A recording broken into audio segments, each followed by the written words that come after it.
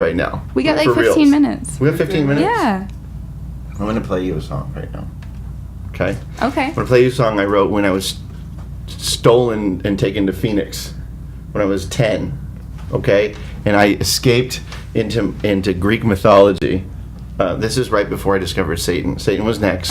I get Iron Maiden. I had like the blacklight posters, and for like a whole summer, that was going to work out. And then I got into basketball. Okay, so Can we hear the iTunes section first before you play it, before we purchase it?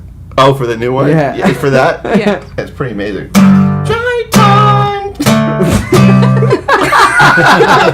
Yeah, we're purchasing that, Okay. everybody. There we go. Wait.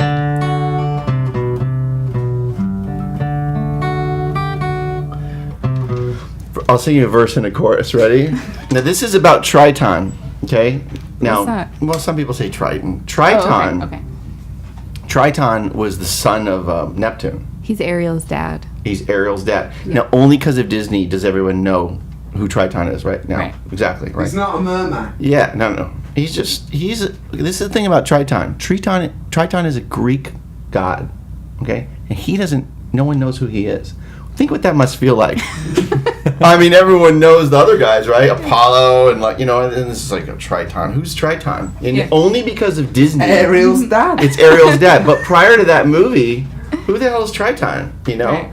So when I was 10, I felt sorry for Triton, and I wrote him a song, and it goes like this.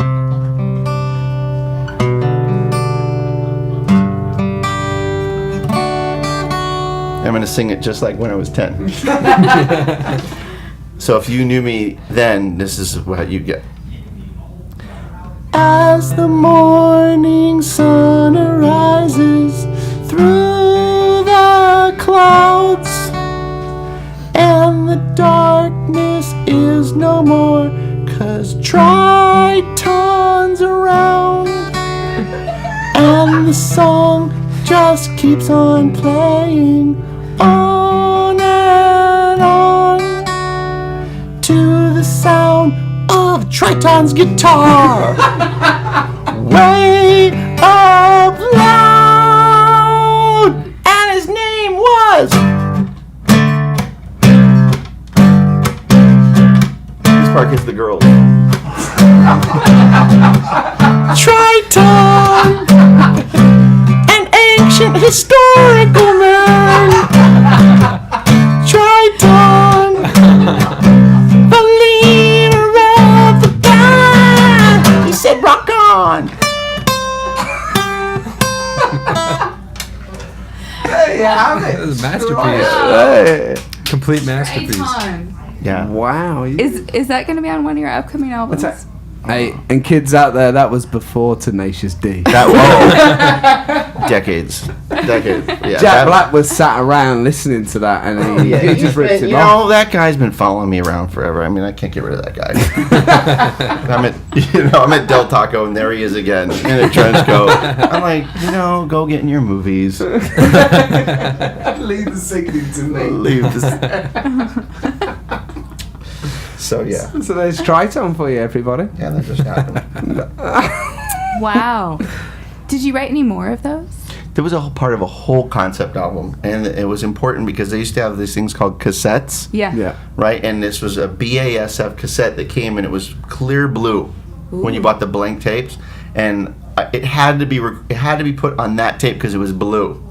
Just felt like it was the right vibe, And so we'd go tape to tape, and I had like 11 songs. It was a whole thing. I recorded Wind, and yeah, it was a whole concept album. Wow. Do you still have it? I don't know. He still has wind. It might be Dreadful somewhere. joke. Wow. So, Tim, where can people next come and see you play then? I know you said it already, but let's So yeah, do it again.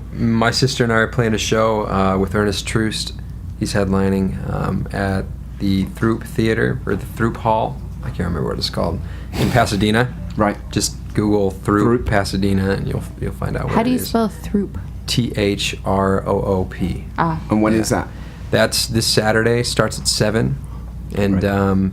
they're serving dinner too, like chili and cornbread and Wow. tasty stuff. It's I think it's at like the first Throop Hall is like part of the First Unitarian Church in Pasadena. Like they just rent out that hall, I guess, for events. So that's where we'll be. And then other than that, I'm in Hollywood at the Parlor almost every Saturday, except for this Saturday. And I'm playing a charity event next Saturday. So it's called, oh man. Man, you made it here on time. I made it here on time. Fucking hell. And I'm forgetting everything. Yeah, I'll send you the information. You Go can to put his on the Facebook site. page. Go to my Facebook page. That's right. and I will put the link for the charity event that I'll be Timothy playing Davis at. music. He can't remember anything because his Triton is I know. and the Blows green his mind. color in here is just mesmerizing, like, floating through his brain. And now I'm obsessing about Minnie Mouse and Hello Kitty. And, There you and go. Yeah. No and, room. Yeah, and then go watch The Lion King, and you'll see how hot the Nala was. You know about that one? Yeah, sorry, people. Anyway, moving on. Yeah. So through Paul this weekend, check my Facebook page for other stuff coming up. And then the Parlor in Hollywood every Saturday night. Starts at 10. Then there you have it. Yeah. And Xander is playing at the Viper Room on the 5th. Yeah, June. June. Come on out. Find us on the web, buy the music, share it with people, Yep. steal it and play it for Brazilians and Russians and wherever you're listening from. And you're right now. opening up solo. And then... Yes, and then the band will come out and explode your heads. And then you've got a big summer coming up. Big summer, lots of stuff. It's all on XanderSmith.com. And yeah, and thanks for inviting us out. This was a lot of Oh, fun. Oh, thank you for You guys are coming. great. We didn't want you to know that he was coming in and stuff. We like to keep people on their toes round here. I know. I don't like You people guys- being organised. You guys are doing everything perfectly. Except for getting here on time. Time, That yeah. part needs to be worked on. Well. Well, there you have it. Well, anyway, thank you We have ever so. time? Well, do we have time? Oh, we have 5 minutes. So yeah, we'll we've go got to out. play the song. Yeah, we gotta We've play the the- song. Oh, yeah. And if you go to, if you go That to buy this website album, again. to buy, where can people buy this again? Oh, right now you can go to Pledge Music and Xander Smith with XANDER Smith. And this summer it'll be available on iTunes and all that, but you can pre-order it now, and you can also get other cool things like wristbands and And mannequins. and mannequins and things. But do they have to come in a pair? Because he can't leave his girlfriend. Oh yeah. Oh yeah. This is like I'm not slavery. heartless or anything. Oh, yeah, they she are gonna comes. sh- Yeah, oh, of course okay. she comes along. Well, I was going to say if he needed the breakup song, Yeah. he's got the guy She here. for might be you. in my trunk right now, actually. And I might not be lying to you. So there's that. Titan. Yeah. So we're gonna play this last song. Yeah. Yeah. It came out great. It's a beautiful song. I'm happy to. Well, it's been a pleasure, yeah, guys, to have absolutely. you both here Thank you very today. much. Tim Thank you, Davis Tim. and Thank Xander you, Smith. Xander. And yeah, it's been a great laugh. And Anyway. thank you to the silent, unseen man in the corner once again, Jason. Yeah, Jason, he's had a Thank you. haircut. Come on, Jason, let's see your haircut. Bring it in. Oh, he's coming. Oh, there he is. It's my dad! So anyway, take care. We'll be back next week from 5 to 7 p.m. And who we got coming in next week? Oh, next week we have JP Jones. I was going to say, I don't know. No, we have JP Jones, son of Jack, all the way from Wales. Great. Coming in. It's He's gonna bringing be a good. sheep with him, and we'll show you the dance and come in. Anyway, take care. This is Xander Smith outside. Have a great week, everyone. Take care.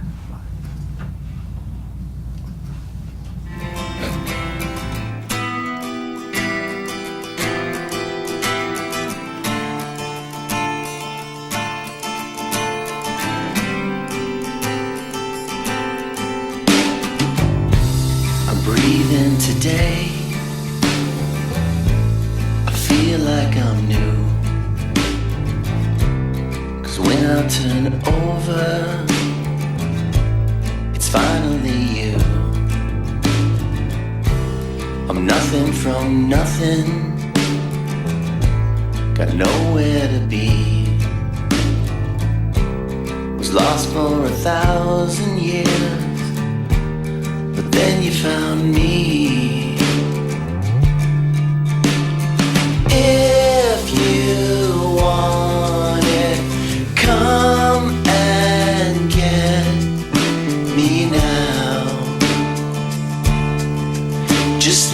yesterday, forever and always. Always, I can hardly wait just to see your face.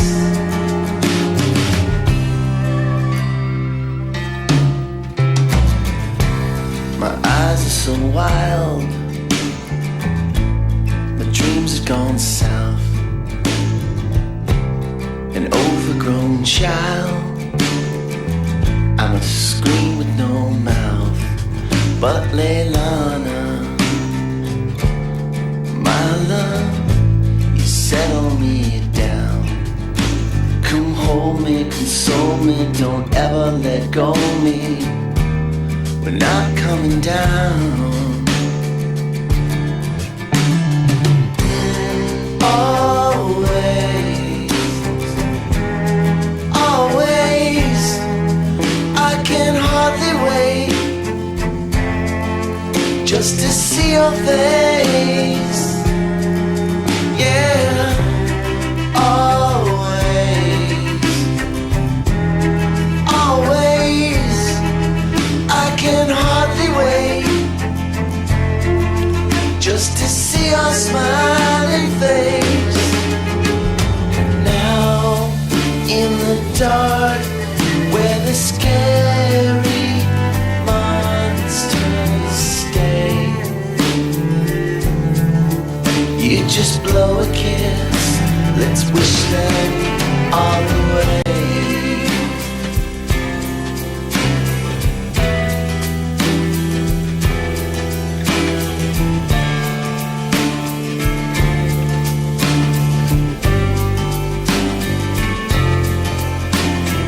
If you want it, come and get me now.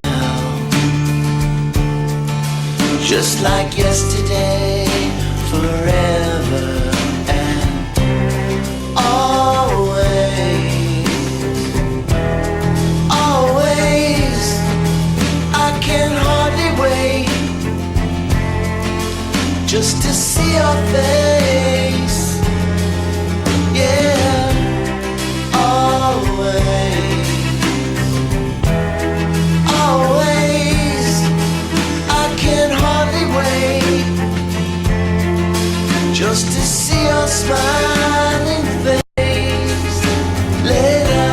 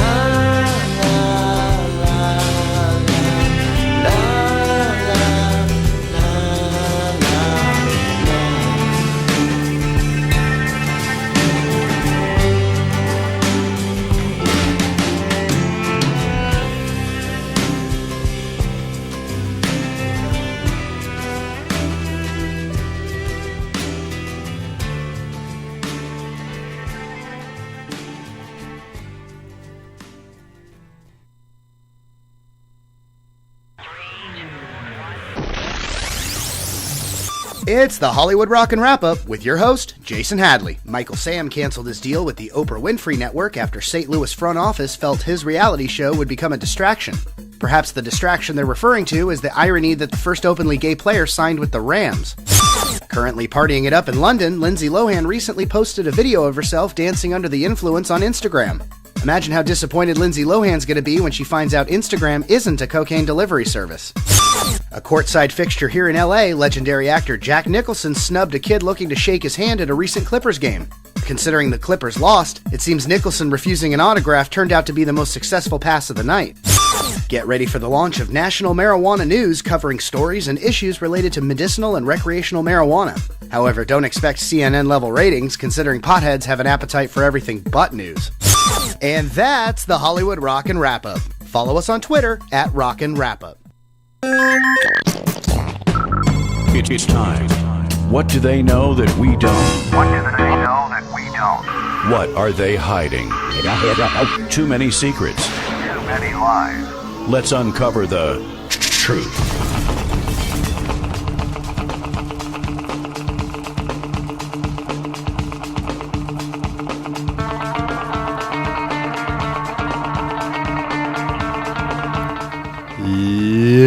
Yeah. What's happening, everybody? What's happening? Hey, I'm back on a Thursday night. Hey, you're back. You missed 2 weeks, but it was 2 good weeks. Yeah, I had to work, so that happens. Hey, work calls. Yeah, it does. It does. What have you been up to lately? What did you guys discuss recently? I didn't have time to watch. Last week we did time travel. So we talked about kind of time travel in cinema, time travel theoretically. Mm-hmm. And so that was a good 2 hours with McKendog. And then the first week that I had McKendog with me, what did we talk about? I think we were... Politics? No. God, I forget. Wow. That's what happens once you have kids. You kind of just lose your brain and you forget what happened 2 weeks ago. I can remember last week just fine. Yeah, but 2 weeks, that's asking too much. 2 weeks ago, that's... I don't know what we were talking about. So today I was perusing the interwebs, and I found an article on the Huffington Post. It says, J.R. Tolkien reveals true meaning of The Lord of the Rings in unearthed audio recording. Now, unfortunately, they haven't actually released this audio. Yeah, there were some quotes from it and stuff. Yeah, some quotes and whatever. But I thought it interesting,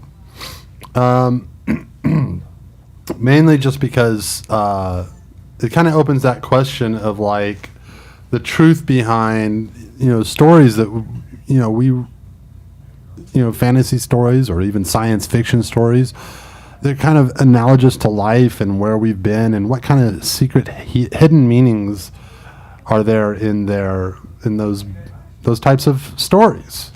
Yeah, I think that there's a lot of science fiction novels and fantasy novels out there, and even I would just go as far to say role-playing games like Dungeons and Dragons and Warhammer 40K. Some are glimpses into the future. Some are what could have been a previous past, if you believe in like this is the third Earth theory, so Middle Earth, that kind of stuff. So I think they go both ways, like a bisexual. Yeah, I think that some are analogous to the past, some are to the future, and some are I would even say are current to today. Like just to jump into a random one, like 1984. Right. You could make that to the real 1984. You could make that to 1994. You could make that to 2004. You could make that to 2014. Yeah, I think that 1984 was just a little ahead of its time. I think that we are now, more or less entering that zone where everything that he was talking about in 1984 is very, very possible, probable, and even in place in a lot of areas. While they don't have the ability to just like come into your room and like switch on your wall and watch what you're doing or whatever, they have pretty much everything besides that monitored and that we know of. Well, yeah, and I mean there is the government does have the ability. Well, it's not to that extreme as it was in 1984. The government does have the ability to turn on your webcam and view without you realizing it's on. Well, that's also what was one of the biggest issues with the Xbox One was the camera on it for Skyping and Kinect and all that fun stuff. They basically said that the NSA was always going to be basically watching you through that camera. The camera would never turn off, even once the console's off. Right. But the response from the NSA was they said to put a piece of tape over it. They said, "Fine, you don't want us to watch what you're doing. If what you're doing is so bad that you don't want us to see what you're doing, put a piece of tape over it." Exactly. Yeah. Okay. And whatever. But it's kind of funny that they're watching you. If you've got an Xbox One, you're being watched by the NSA. At least your living room is, or wherever you got your Xbox. Yeah. Maybe I've said Xbox enough times to get them to send me one. Maybe, or maybe you're talking maybe about I have it to so say bad it 4 that they're more going to go, oh, we don't want to give you anything because you're talking bad on the Xbox, giving away our secrets. It's true, but I love the Xbox. But I mean, it's amazing how far technology has come, and it really is kind of putting us into this situation. I think that we have governments and secret governments in place, and people with just a lot of money, more money than they know what to do with, more money and power than they know what to do with, that are really just taking advantage of the technology to, I mean, just to control everybody's lives. You know? Well, yeah, I mean, I think that's kind of always what it comes down to whenever we're talking about is, yes, the governments are always trying to control everything. Yeah. I mean, the Turner Diaries, for example, is about a bunch of guys who bury a bunch of guns in an oil drum because gun laws are getting more and more strict. And then eventually, there's full-blown martial law. So these guys go and dig up their guns like 5 years later and take over the government. I mean, we're already there. I mean, that's like militias, blah, blah, blah. So yeah, we've got militias coming out to ranches to help the rancher protect them and from things they think are unjust and all kinds of craziness. So I mean, these things are when it are comes already to 1984, happening. I think 1984 is kind of a glimpse into our future, or into now. Back then, it was a glimpse into our future. I think Lord of the Rings is definitely a look at our past. I think more than anything else, a lot of religious symbolism, but also a lot of things that, we talk a lot about, because in the Lord of the Rings there are these 7 different races. Yeah. And those, the hobbits, the elves, man, orc, dwarf. I know there's 2 more. Treant, right? Yeah, I think so, maybe. Yeah, the trees, whatever they were. The treant. Treant, okay, and then there's... Okay, so at any rate, what we see is kind of this conflagration of like these 7 races coming to conflict and coming to head.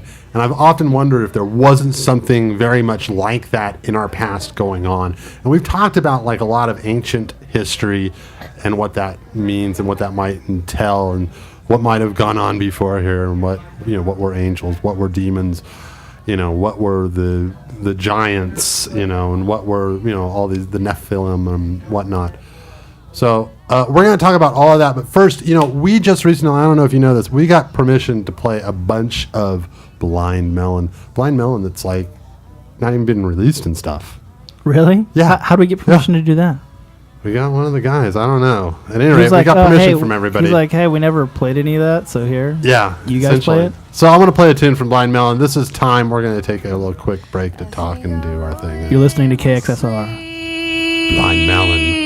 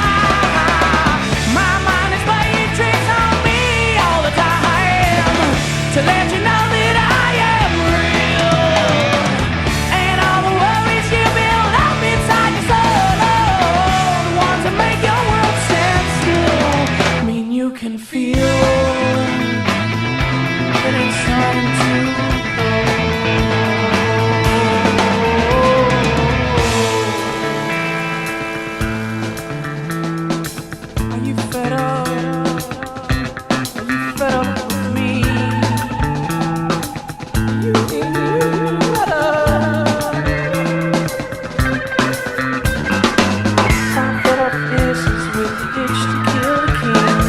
A blood-red sunrise moon and a breath around its queen. I drink from the faucet, from the porch I take a pee. Look at you through the bushes where you can't see me. I never slip into another state of mind to let you know that I am real. And all the worries you build up inside your soul want to make your world stand still. When you can feel that it's time to go. Yeah, well it's time to go.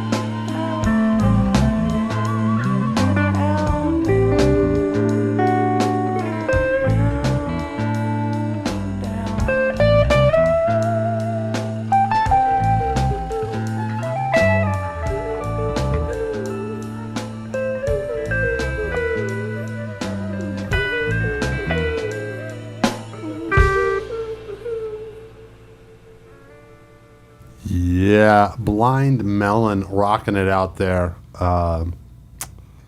Very cool stuff. At any rate, so yeah, cool things happening at the station. We're getting new music all the time, and Yeah, you never know who you're going to get. And we got Blind Melon, my Blind Melon. of all the things. Yeah. It's always funny though when you're sifting through there and you come across like a Sepultura track and you're like, that's not supposed to be there. Yeah. You have to be careful. You have to be careful. Some of them are obvious, but that is one that we actually, because they're doing on Tuesdays at 5 o'clock is Blind Melon Forum Radio, and it's an hour of stuff like that. So Cool. Not just Blind Melon. not tracks. just Blind Melon, no. Also some bands that they work with that Cool. he's gotten permission to play and that kind of stuff. So Hey, we love new content. we do love new content. So, here on Truth, we were talking about basically science fiction and fantasy and how some of those visions from whenever the book or media was written, how it affects the future and the past, or how they're similar or allegories. And sometimes I feel like they're actually releasing information to us. A lot of Stanley Kubrick's films, I think there was kind of this subtle underground knowledge that he was trying to release, you know. And I think that there is this subtle underground knowledge, especially with professors like Tolkien, who really were really well read and really well studied in ancient myths and all of that kind of stuff. Maybe they were putting it together too and going, hey, look, there's more going on Yeah. than There's a lot more going on here Yeah. than we've been led to believe. And a lot of Tolkien, what he wrote in there is, you can take that and look at it, and you'll find relevance in history, relevant storylines and characters, even all the way down to Smaug. And I didn't know this about Smaug, but Smaug, there's actually a bird in a giant bird from thousands and thousands of years ago that had been reported as being around when humans were around, and they would come down and rip apart people. There were these giant birds, one of the most dangerous birds that could ever exist. And what they liked to do was collect shiny things. So they had a lot of gold and precious gems and things like that. They would see humans that had them, and they would go steal them from the humans, and they would just take them and collect them all up and then sit on them, just like Smaug. Just sit there. That's crazy. So they would just collect it, and they just had Yeah. this den with Would have a den of gold and precious jewels, and and that's actually a real thing that used to happen. That's crazy. Right. And so it makes you wonder how much more of this could be true. And one of the things that they relate, J.R. Tolkien's, the elves were kind of like angels. Yeah. And slightly disconnected from humanity, kind of watched over humanity, Right. come in and help a little bit, Right. but kind of have their own god, and yeah. Yeah. And I think, I see that. I can see the elves being being angels. The orcs, they could even, symbolize Neanderthal man. Yeah. Kind of this, or the dwarves. Dwarves, I think, more. Or dwarves were probably more Neanderthal. Yeah, I think the orcs were more like demons, weren't they? Yeah, the orcs were like demons. They're more like demons because they were all worked for Sauron. Yeah. Sauron, how do you say it? Sauron is how I always said it. Sauron. They worked for him, and he obviously is the devil.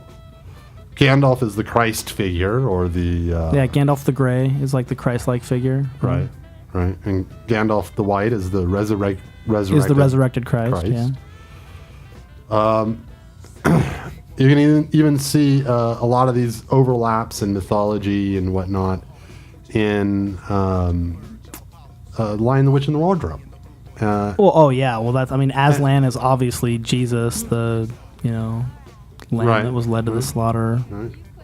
Yeah. And I think that you see a lot of this, and it's woven in there. There is a lot of references, although C.S. Lewis always claimed that it was just a children's book. Yeah. I mean, Yeah. even though he was a Christian and Oh, yeah. basically wrote several Christian... And even though there have been tons of books and articles written on the meaning of Lion, the Witch, and the Wardrobe, and the Narnia series, yeah. and how it relates to Christianity, he apparently never intended it that way. So it was something almost that he did through osmosis. That's what I think. I think it could have also happened to Tolkien. That's what I was getting to. Yeah. Is that it's, if you're, say, raised Catholic, and that's kind of the story that's been woven into your psyche, well, sure, you're going to maybe have dreams about elves and dwarves and blah, blah, blah, but it's Right. just replaced. Tolkien was very into Norse mythology. So I love Norse Yeah. mythology. Yeah. Norse mythology. Can't talk tonight. So that's... I find that fascinating that you see that coming through, whether he meant to or not. Yeah. It really comes through. And But imitation is the finest form of flattery? that's right. I think it is. Yeah. But I think that there's wow, there's barking going on and squealing like little puppies are dying. I don't know what's going on out there, but I hope nobody's torturing my dog. I hope nobody's torturing your dog either. Or Monster, the other Heartbeat of the Planet's dog. Puppy. Have you seen that thing? Yeah, that cute ass puppy. Oh, it's so tiny and cute. Yeah. At any rate, It's so cute. so cute. Oh my god, it's so cute. One of the things that I find interesting is that he tells this tale of multiple races on the earth at one time, and I think that we see that even in the Bible historically. We see evidence of it. We see evidence of Neanderthal man and Homo sapien here at the same time. We see evidence in the Bible of us and giants and the Nephilim, the fallen ones, the fallen angels, as well as the angels.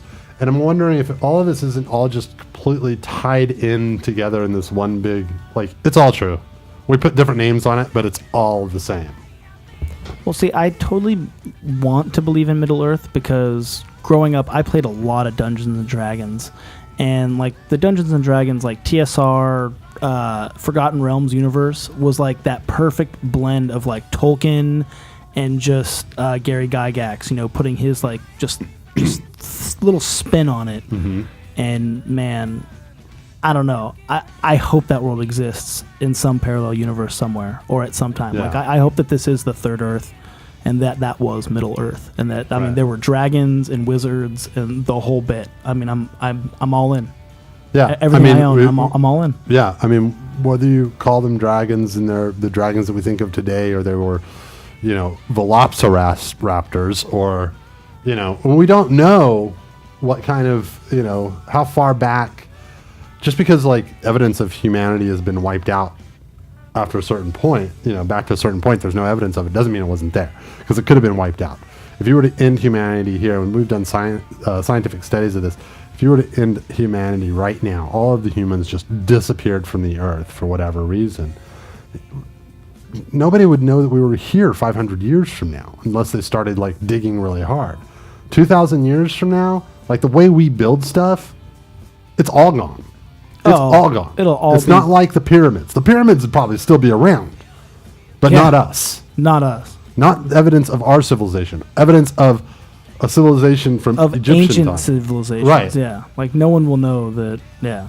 And then if somebody comes along and there's nobody on the earth and they start the story of how they built the pyramids, then all of a sudden we've got a new beginning and it all starts over again and they become a founding race. I'm just saying that these stories, the human collective brain has amnesia, and we have a very short memory, and it wouldn't take us very long to lose all of this technology. Oh, that's definitely true. And you can see that throughout history. Yeah. And you see sci-fi writers write about this all the time. This kind of end of the world doomsday type of thing, and people trying to recover, but all the scientists are dead, or all the technicians are gone, or they've I remember an old Kurt Vonnegut story where they had all these engineers build all these great machines, and then all these machines started building all the things that they needed, and they didn't need the engineers anymore. And then one day the machines broke, and there's nobody around to fix it, because there's no more engineers left, because who needs engineers when machines do all the work? I like it.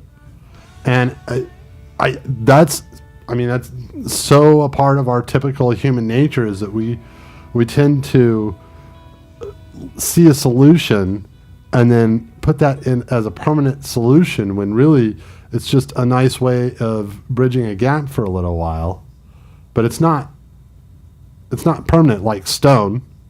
Yeah. And it's like the houses, the prefab houses that are out there, and just the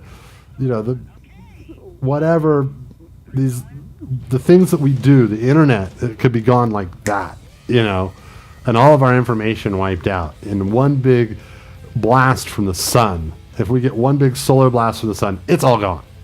Oh yeah, everything's gone. Everything's gone. I mean, not necessarily humans, but all of technology, Well, all of yeah. electricity, all of, everything that we've ever worked, our whole infrastructure as far as communication would be gone. And once that's gone, it's all out riot. Oh yeah.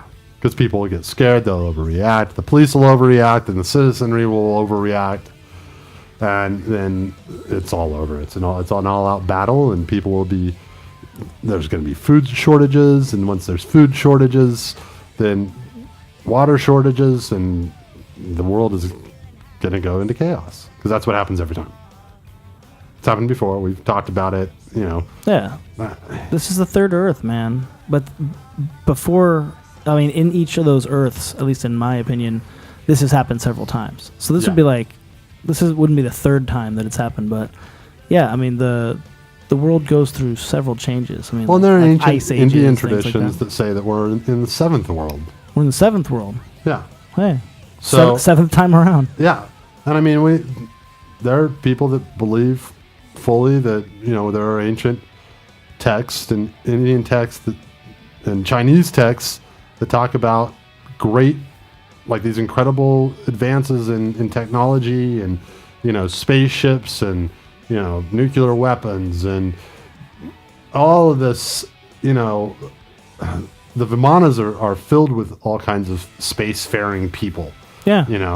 And, there's speculation that China may have been the first to the moon. Oh yeah, I did see this. I read an article about this. Yeah. And they went up there and actually built a base up there and were up and back multiple times and apparently had a war with India. Yeah. And then they blew up India with a nuclear weapon. And I mean, these stories are really there. I mean, I'm not just, look at Sodom and Gomorrah, look at Pompeii. I mean, there's all these things that you sit there and you go, dude, this was definitely a nuclear weapon. Like, that's what did this. That's what did this devastation. Even the Ark of the Covenant screams nuclear weapon. Oh, come on. Seriously, dude. It screams nuclear weapon. It's No, dude, I totally funny. think about a bunch of souls coming out and making everyone turn into zombies. Oh, no, wait, they did that and no. No, but I mean, if you think about it, the way they've actually done tests, and the way that it's built, the way that it's said to be built in the Bible, they've built smaller versions of it, and there is an electrical field that is created when you create the ark. Yeah. So there is something scientifically going on. Now we don't have all the details. The details aren't. They've been passed down for thousands of years. Let's face it, they aren't all there. Yeah, Okay. we don't know what this thing We don't looked know like. this thing. We don't know what was inside of it.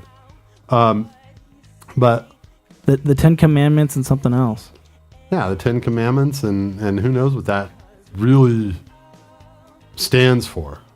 The Ten Commandments. I mean, we have an interpretation of it, but I mean, do you really think that there were 10 laws written down by the almighty hand of God? Well, I mean, on they clay named the tablets? 10 laws, but yeah, I mean, did Moses really go up on Yeah, some mountain that's what I'm and asking. bring down 2 tablets with these 10 laws written on them? Right. Or was that just to cover years later when people ask him, well, what's in the ark? What's in the ark? Well, the tablets that tell us what is right and what is wrong. And Passed that's down how from we know. God, It's touched passed down by from God. Moses, blah, and that's blah, how we blah. know whether or not you should stay or you should die.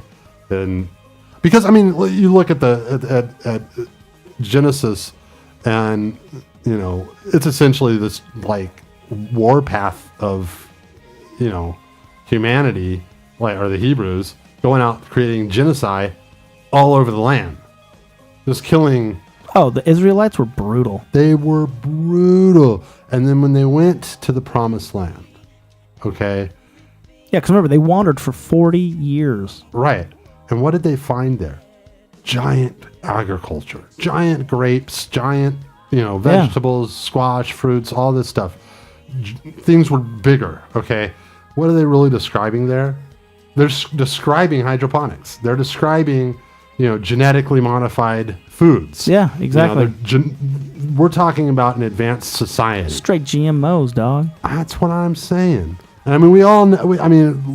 Look, the whole reason the flood happened, okay, and the ark, is because they wanted to wipe out all the old DNA, all the bad DNA. Oh yeah, just destroy all the bad DNA. Destroy all the bad DNA, and then we get everybody onto Noah's Ark, and then we're going to start over again. Now, this was a flood. Let's say it didn't wipe out everything. Well, is that who God sent the Canaanites? I mean, God sent the Hebrews around to kill? Pretty much, it was like, yeah, there's this giant whose DNA I want you to take out. His name is Goliath. That's what I'm saying. All throughout their history. You guys need to kill him. And David, I'm going to give you this sling. And what you're going to do is you're going to point this quote unquote sling at Goliath, and you're going to knock his ass down. Yeah. Because honestly, what it really comes down to is the Catholic Church got a hold of the Bible, and we really have no idea what's written there anymore. I think the original Old Testament, I mean, we have a good interpretation of it, but man, well, I don't know. I mean, I don't want to say the Bible as it's written now Yeah. is written from multiple perspectives, multiple authors who had multiple political and religious agendas. And a lot of them were very politically motivated. Definitely. You know? And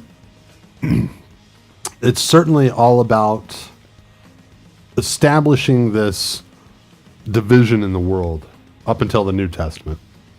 It's about establishing this division in the world. We are might, we are right.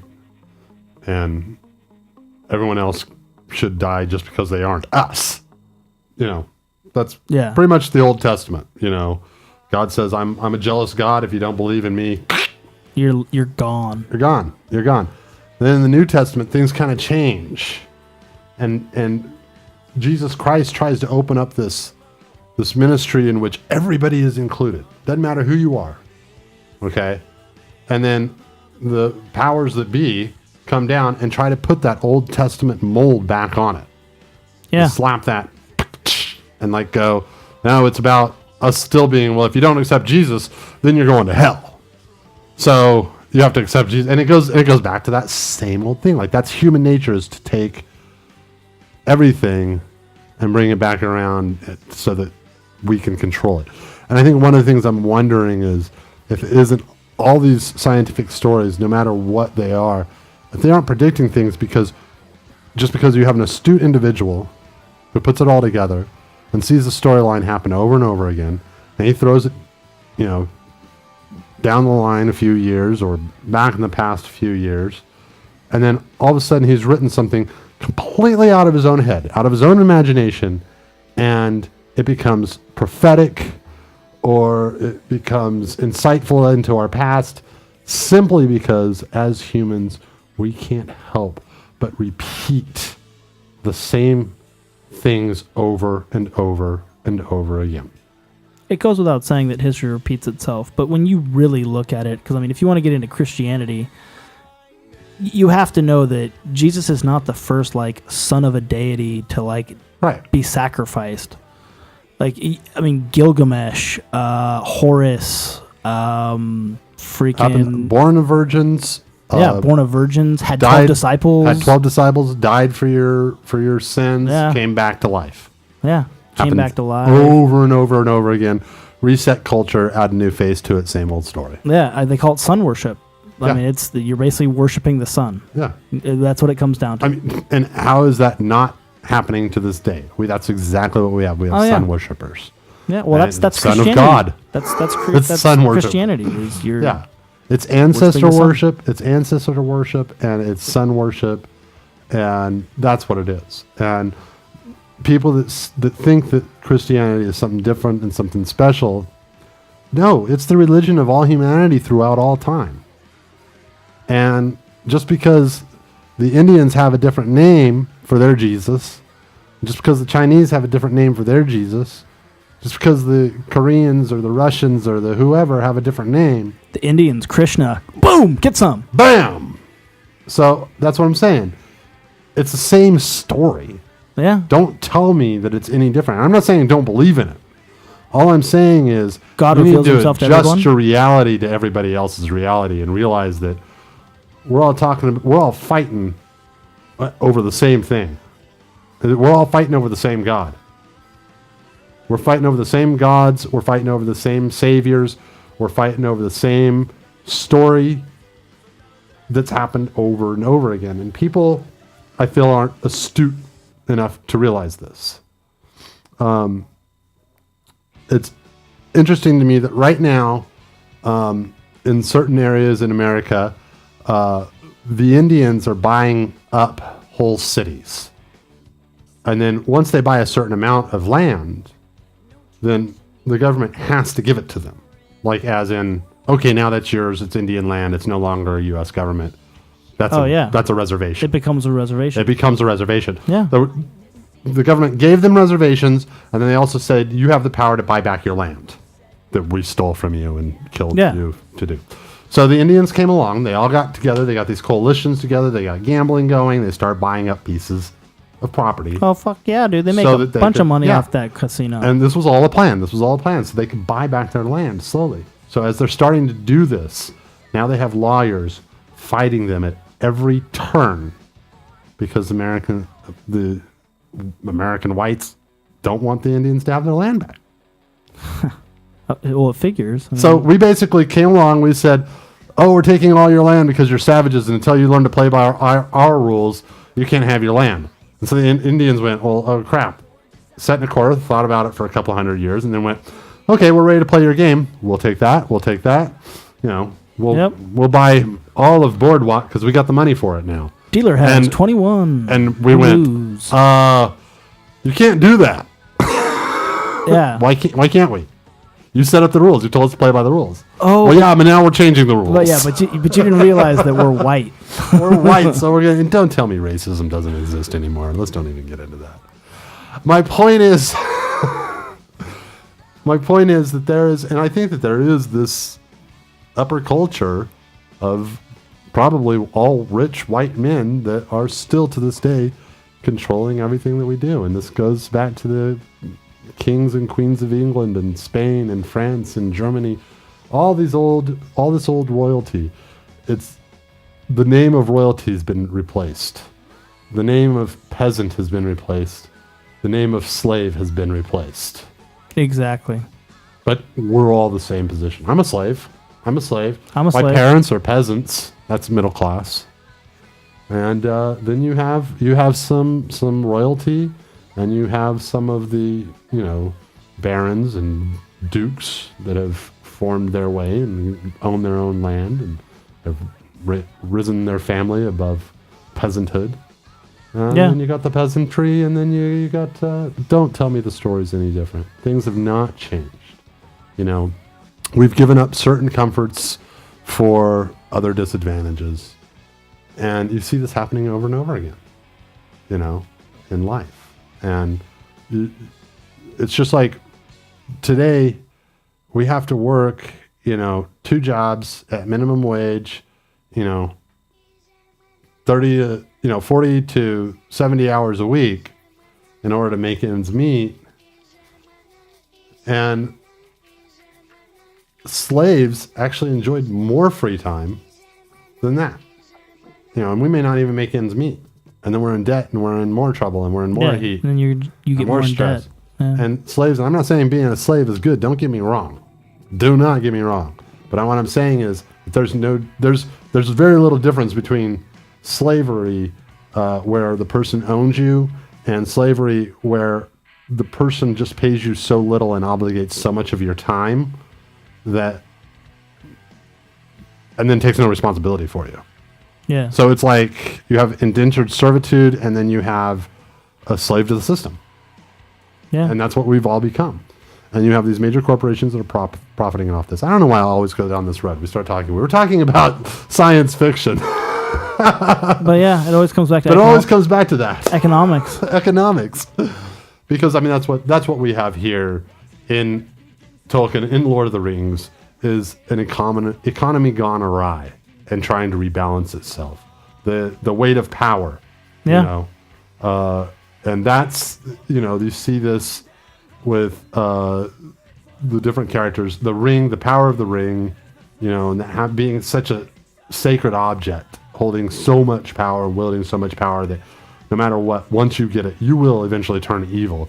And I think that's the problem of this cycle, that as long as there is an economy in which you're allowed to go, anybody in the economy is allowed to go crazy, then you will always have that ring that somebody's going to be grabbing for, somebody's going to want back, Yeah, well, I mean, that's and capitalism. is going to be willing to do anything in the world for it. It's not just Yeah. capitalism. I mean, it's control. And I mean, if you have communism, but you have a certain elite class, then they've got the ring. Yeah. They've got the ring, and they're holding on to it for dear life, and it's making them crazy evil, and they don't even realize what they're doing to other people. Like, they're out of their mind. They don't even see how evil they are. Yeah. They think they're doing right. They think they're doing good. And, you know, they're just wreaking havoc all over the land. And I think it is a warning about greed and about power and about getting everything you want. You know, because I've never met an incredibly rich person that was really, truly happy. I mean, they're very few and far between. And the ones that are truly happy, they aren't worried about their money. They're worried about their family. Yeah, exactly. And they're worried about their friends. And those ones, they have a lot of friends and a lot of family, and it has nothing to do with their money. Those are the ones that are happy. But Yeah, no, I agree. I think most rich people are more money, probably- more problems. Exactly. It's very true. But also more greed, I think, and more desire to. Well, absolute power corrupts absolutely. I Right. mean, That's the story. I of think Lord of the Rings. that's the whole thing with the ring, is that it's not so much money, it's that it's power. It's Right.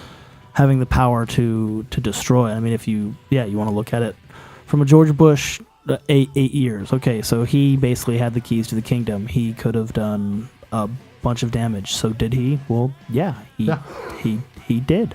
He did. Well, but I think to say that money and power are different, I think you're wrong. Well, no, There's no difference between money and power, because all money is options, and all power is having more options than anybody else. Well, yeah, but haven't you seen Scarface? First you get the money, then you get the power. That's right. Then you That's get the right. women. Yeah. But the pursuit of money isn't really a pursuit of money. It's a pursuit of power. It's a pursuit of options. It's a pursuit of choices.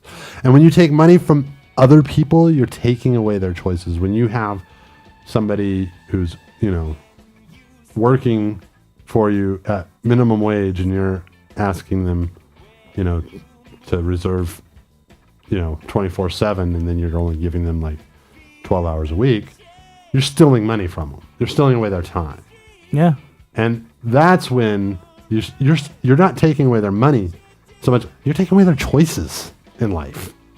That's how you're affecting them. And that's how you have power over people. Is I can limit your choices. If I can limit your choices, I have power over you. Yeah.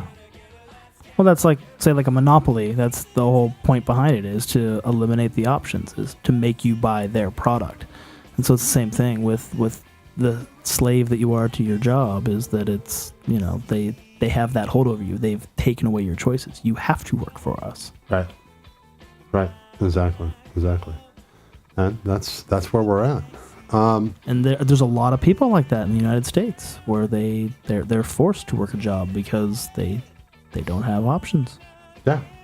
Well, I don't think there's anything wrong with working a job. I think it's working a job that isn't paying you what you're worth. Worth per hour of your time. And I think that, we can't, and we're going to discuss this more. We're just totally we're veering off into my theory that I've come up with. Space-time is the most valuable commodity in humanity. And once we understand and respect that, then everything in the world will become a lot easier. Until we do that, we'll never overcome all these economic and social struggles until we realize that space-time is the most important commodity, and we have to respect that from each other.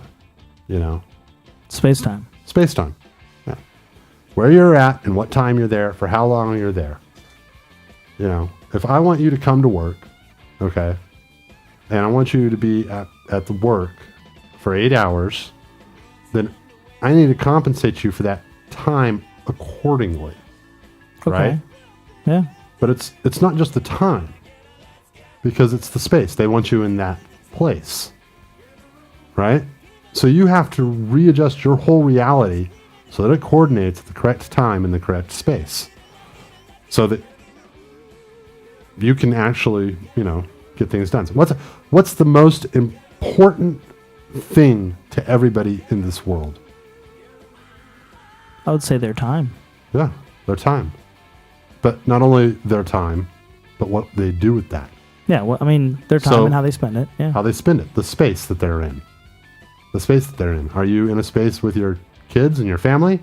Or are you in a coal mine digging at rocks? You know what I'm saying? So if you're going to take my time and put me in a space I don't want to be in, you owe me compensation for that. Yeah, because I wasn't making money in that space. Right. That's what I should have been doing. Right. Now, if you want me to reserve my time so that I can be in that space, okay, one or the other, doesn't matter. You still have to pay me for it. If you decide you don't want me there in that space, you just wanted my time, you just wanted to make sure that I could come to that space during that time, then you decide, I don't want you. You still got to pay for it. You got to pay me at least half. Then, if you're paying me $7 an hour, you're now paying me $3.50 an hour. Right. That makes sense. You asked for my time, you got it. You pay me half. You didn't ask for my space. Okay, I'll split it with you. Half down the middle. Half down the middle. Yeah, I didn't give you space, but I gave you time. Right. Exactly. And then you can average that up. You can see, like, people would, okay, well now, okay. If I'm going to reserve this much time from you, then I gotta pay you for that time. Yeah, and then if I want to move your space, then I gotta pay for that too. Yeah, well, I might as well. If I'm going to ask for your time, I might as well ask for your space. You might as well, but maybe you don't need me in that space after all. You asked me for the time because you have to reserve the time early. Yeah. The space is like when the time comes, the space, but you got to reserve the time early. Otherwise, how am I supposed to know what I'm supposed to do with my time later? Or what space I'm going to be in? If I don't know if you need me there or not. It's very true. Right? Yeah, no, that makes a lot of sense. I'm thinking... If you tell me I want you available every day between 5 a.m. and 3 p.m., okay? 5 days a week. Then I'll be there unless you tell me not to. But if you tell me not to, I've still reserved that space for you. Yeah. Does that make sense? I don't know. No. Anyway, we'll go deeper into that another time. We're talking about all kinds of truths tonight here on Truth. And so I've been hearing a lot of really cool music lately, and I'll tell you the truth. Let me tell you the truth. The truth is that we have a lot of great music here at Excite Radio. Oh, do we? Yes. And one of the great bands that has come through lately and is actually one of... Well, I'm trying to find it.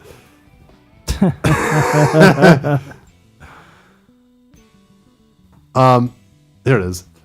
That we're actually featuring this week, or this month, the featured artist of the month is the infamous FUs.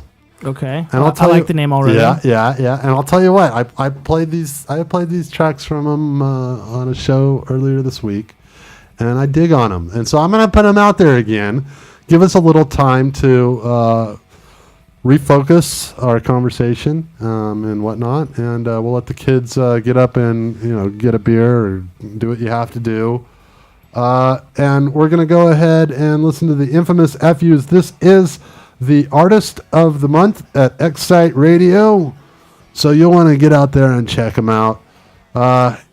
This is their tunes: Kid on a Leash, Knife in Your Back, and Victims. Like those? Yeah. Kid on a Leash. As only heard on KXSR. Knife in Your Back and Victims. Those are classic songs. Dig it. All right, so here it is. As only heard on KXSR, Excite Radio, Digital Broadcasting Network. Check it out.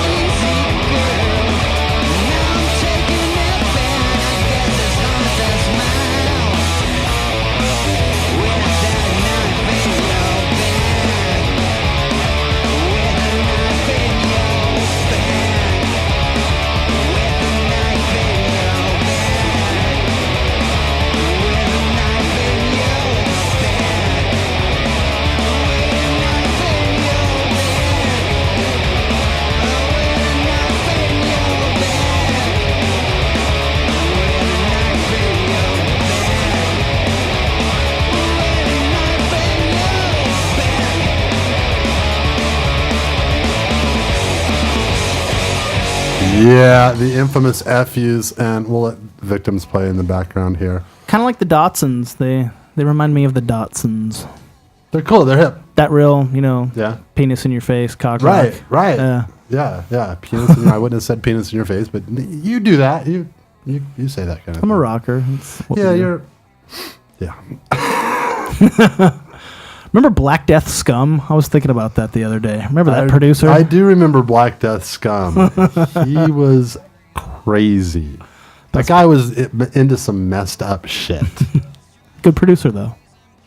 Good producer. Yes. When you needed him to produce, he was there to produce. Yeah, and then he would disappear on some kind of alcoholic binge, and you wouldn't see him for like 2 months, and you'd like have to go over to his house, and then you would just walk into his house, and there would just be like vodka and Jack Daniels bottles, like big Like old handles, yeah. handles of Jack, but like piled, literally Yeah, like piles, the like way everywhere. Fat Boys pile like beer cans. Yeah, It'd exactly. be like handles from Costco. Handles, and he would be sitting in a chair, and he would like, there would be just like tons of like a pile of cigarette packages, empty ones here.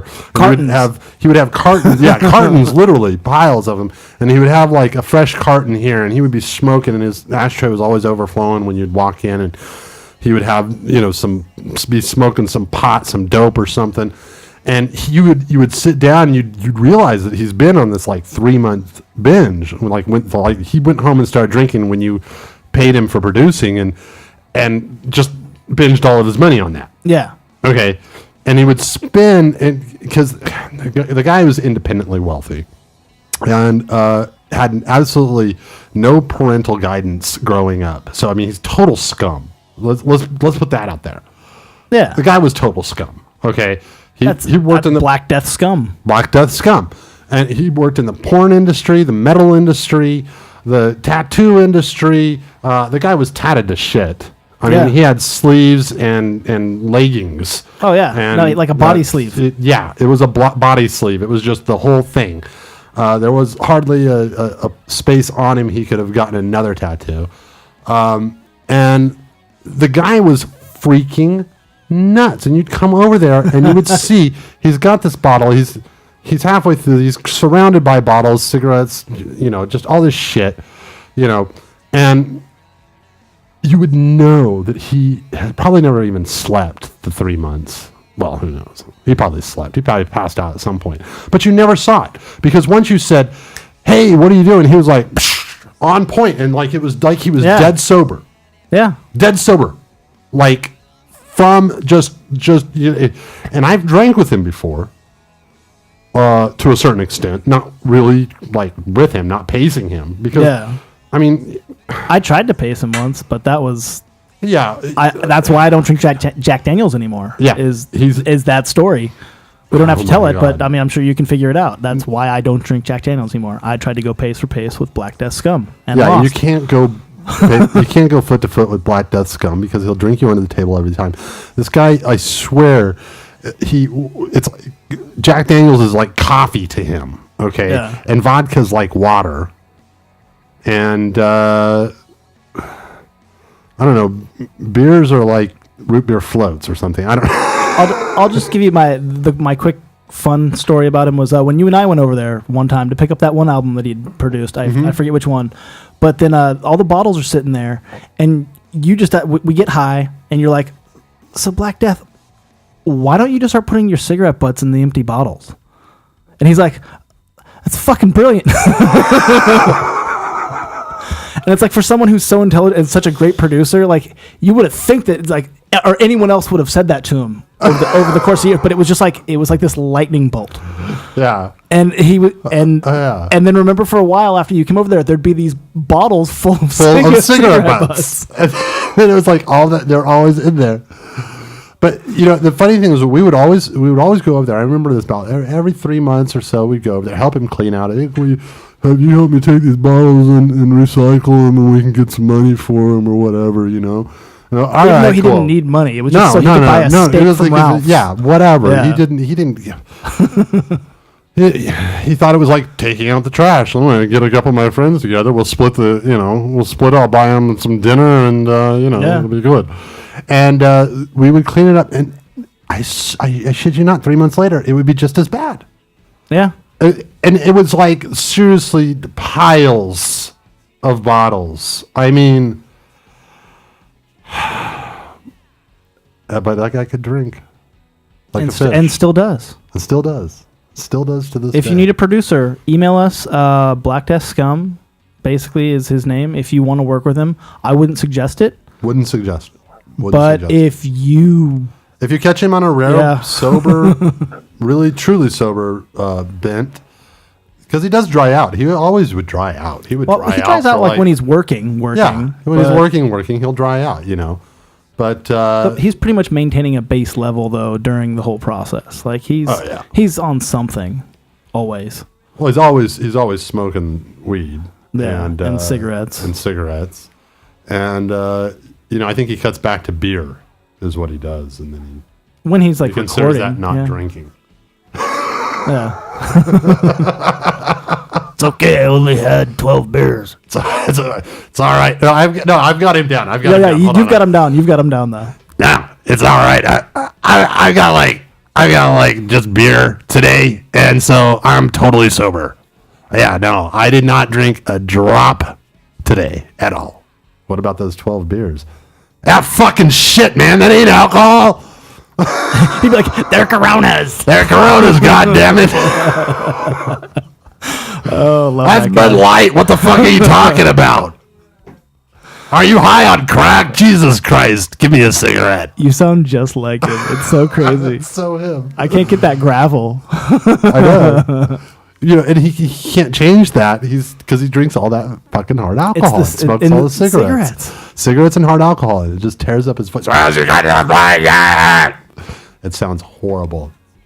And that's why he would never be a great singer. But he makes other people great singers. He'd be like, you should change that to an A. Yeah. You're like, how did you know that? Because he's a genius. He actually is a genius. And Yeah. taught me everything that I know about mixing and producing. And he's truly an amazing man. I mean, he's a bit eccentric, and you have to get used to him.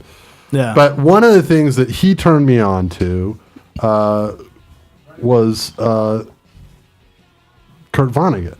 And Kurt Vonnegut wrote a lot of amazing sci-fi. Did you ever get into Kurt Vonnegut much? One of my favorite short stories is All the King's Horses. I love that one about him having to play the army guy having to play chess with his men and his children on the giant chessboard against like that Vietnamese like mob guy. Oh, is it in Bagombo Snuff Box or is it in Bangumbo Snuff Bangumbo Box. Snuff Box? I'll bet you it's in. It's not in that. It's in the other collection one. Something monkey Tales from the Monkey House. Yeah, I think that's it. Because Julie and I, when we were Monkey House. traveling back and forth a lot when we first got married, we would read these like Vonnegut short stories to each other while the other person was driving. And Julie read that story to me once, and I hadn't heard it. I hadn't read it of Kurt's because I hadn't read that one. Yeah, Welcome to the Monkey House. Is that what it's called? Welcome to the Monkey House. And I loved it. I was like, this is one of his best. I was like, you could do this as a short movie. And then after we started reading a couple of them, I was like, you could do this whole book as a movie as just a bunch of short stories that you just play like fragmented, Yeah. And that's kind of what Bagumbo Snuff Box is too. Is it's kind of just a bunch of short stories that are all fragmented, that Right. none of them really have anything to do with each other. But All the King's Horses was probably my favorite Wow. from those. Yeah, dude, it's crazy. This guy has his family in town, and he's got like his men, and he gets like kidnapped. And then there's this giant chessboard, and the guy's like up in the stands above it, and he's directing it, and then he's playing for his team. And if you get taken, like if you like die, if you take a pawn, like you die in real life. And Right. so like he has his sons as like the rooks, and he doesn't move them at all. He keeps them like back protected, and it's like a glimpse into. His passion for his family, his passion for like his men, because he doesn't want to sacrifice anything, and that becomes like the whole thing. He's like, you're not willing to like sacrifice, any of your pawns, even like, then that would not make you a great leader. And I don't know, and it goes from there, and you could probably guess where Yeah, it goes from yeah. there. But it's a great short story. That's a thinker. Yeah, he always has these thinkerist stories that make you go, what? Wow, yeah. But the one that he's most famous for, and one of the reasons that I like it and why I wanted to bring it up on this show, is Slaughterhouse-5. And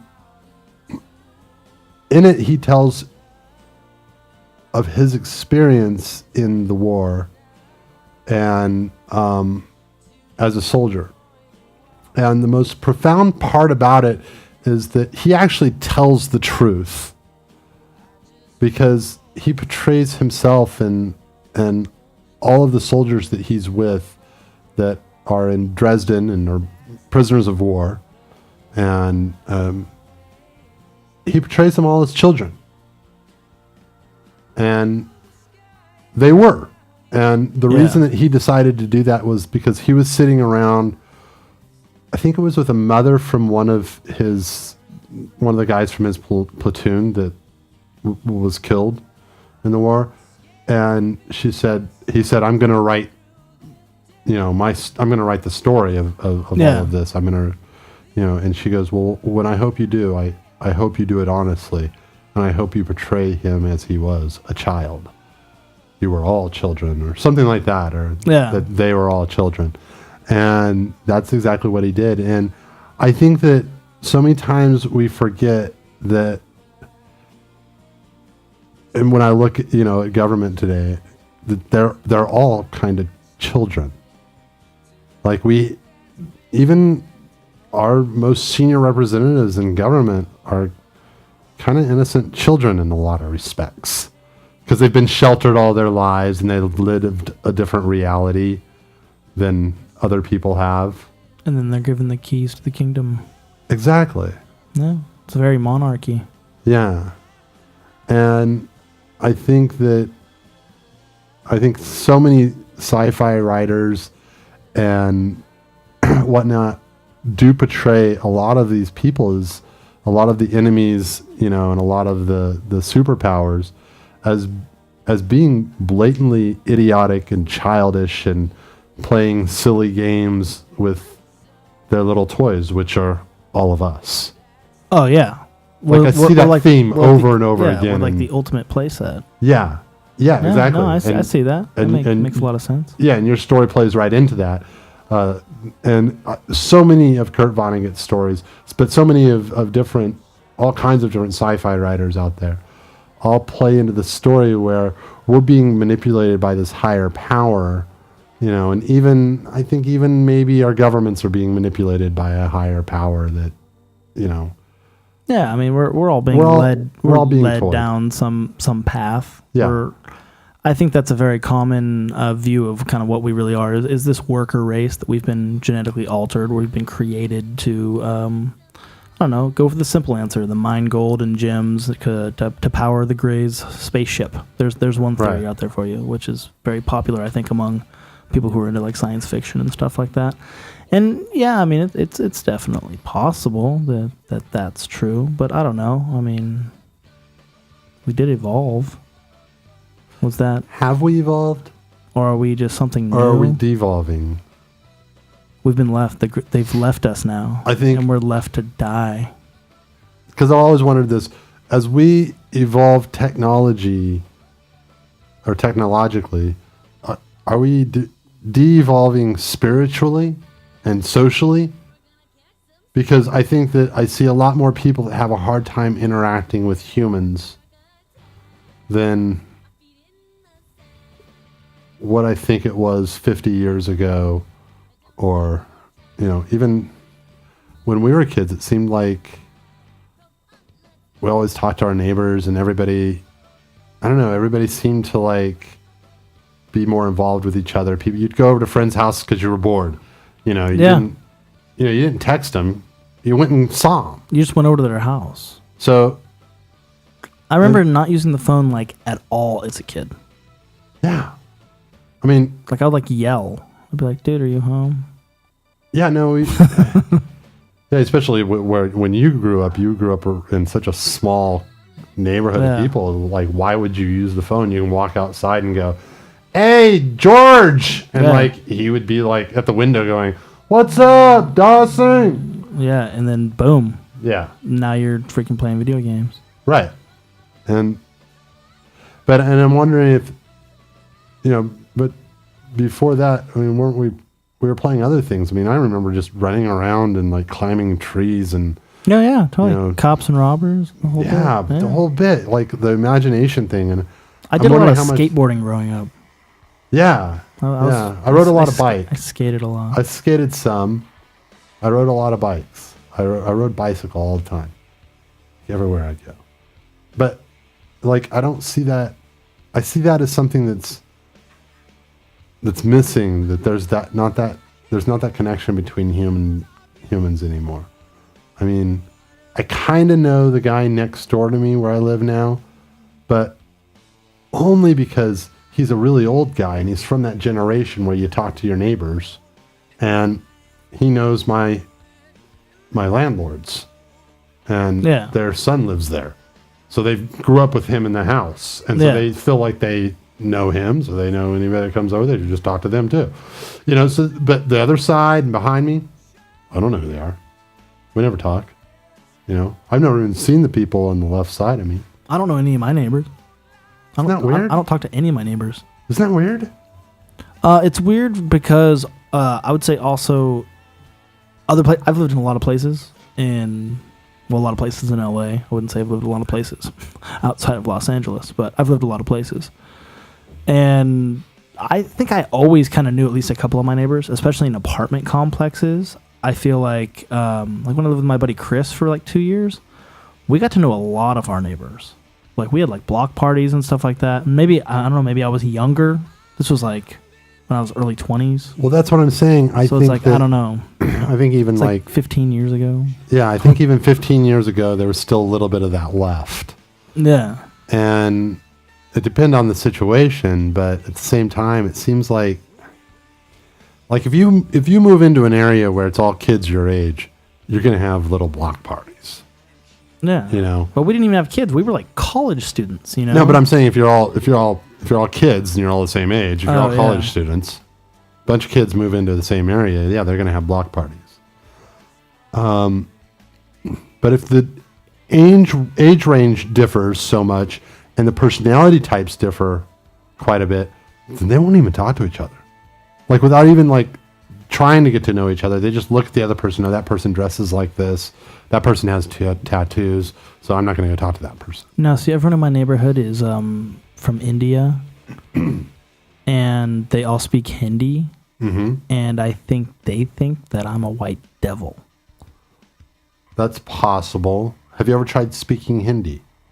It's really hard because I lived with a guy from New Delhi for 2 years, and I've heard him speak Hindi.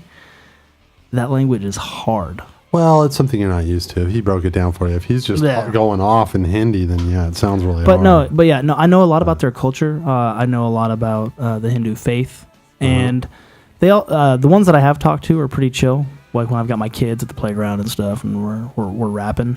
But a lot of them, I'll say hi. I always say hello to them, and so many of them like look away from me, and I'm like, all I said was hello. Wow, that's kind of weird. I think that's what I'm talking about. I try to be very inviting. I try to be very like, oh, hey, and I usually have one of my kids with me, so I'm always saying like, hey, I got a kid, like, don't worry, I'm harmless. Yeah, especially when you got a kid, you'd think they'd be a little bit more like. But they're always just kind of, and the women usually smile at my kid. Right. But I'm kind of like, dude, I can smell you cooking that yellow curry, and it's fucking bomb. Can you please give me the recipe? But Indian food's really good. Dude, I know. I've got an Indian friend at work, and he makes the best food and brings it in all the time. And I'm like, and he's a cook too. Just give him the recipe. Give me the recipe. Oh, he brings stuff in for me all the time. I know, but I want the recipe so I can make it. All right, well, I'll see what I can do about that. Hey, do you want to do a cooking show? We could do a cooking show. And we've got the green screens behind us, stuff. Right. We have a kitchen over in here, and so hey, why don't we do some we're gonna get there. Let's put the Food Network to shame. All right. We're working You're a chef. on it. I'm a chef. My wife's a chef. Yeah, we're working Jonathan on Miller's a chef. Come on, dude. Let's do this. Well, Jonathan Miller's, then we're doing it. There's Jonathan Miller. A guy I work with. This guy I worked with.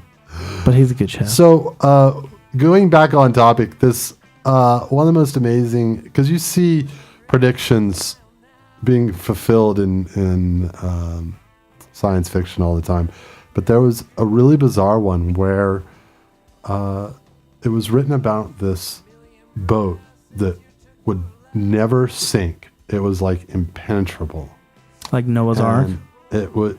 No, it was made of like steel and like it was so solid a construction. Nice. And it went out and then it hit this big iceberg and it sank. And like there were all these really important people on it and all this stuff.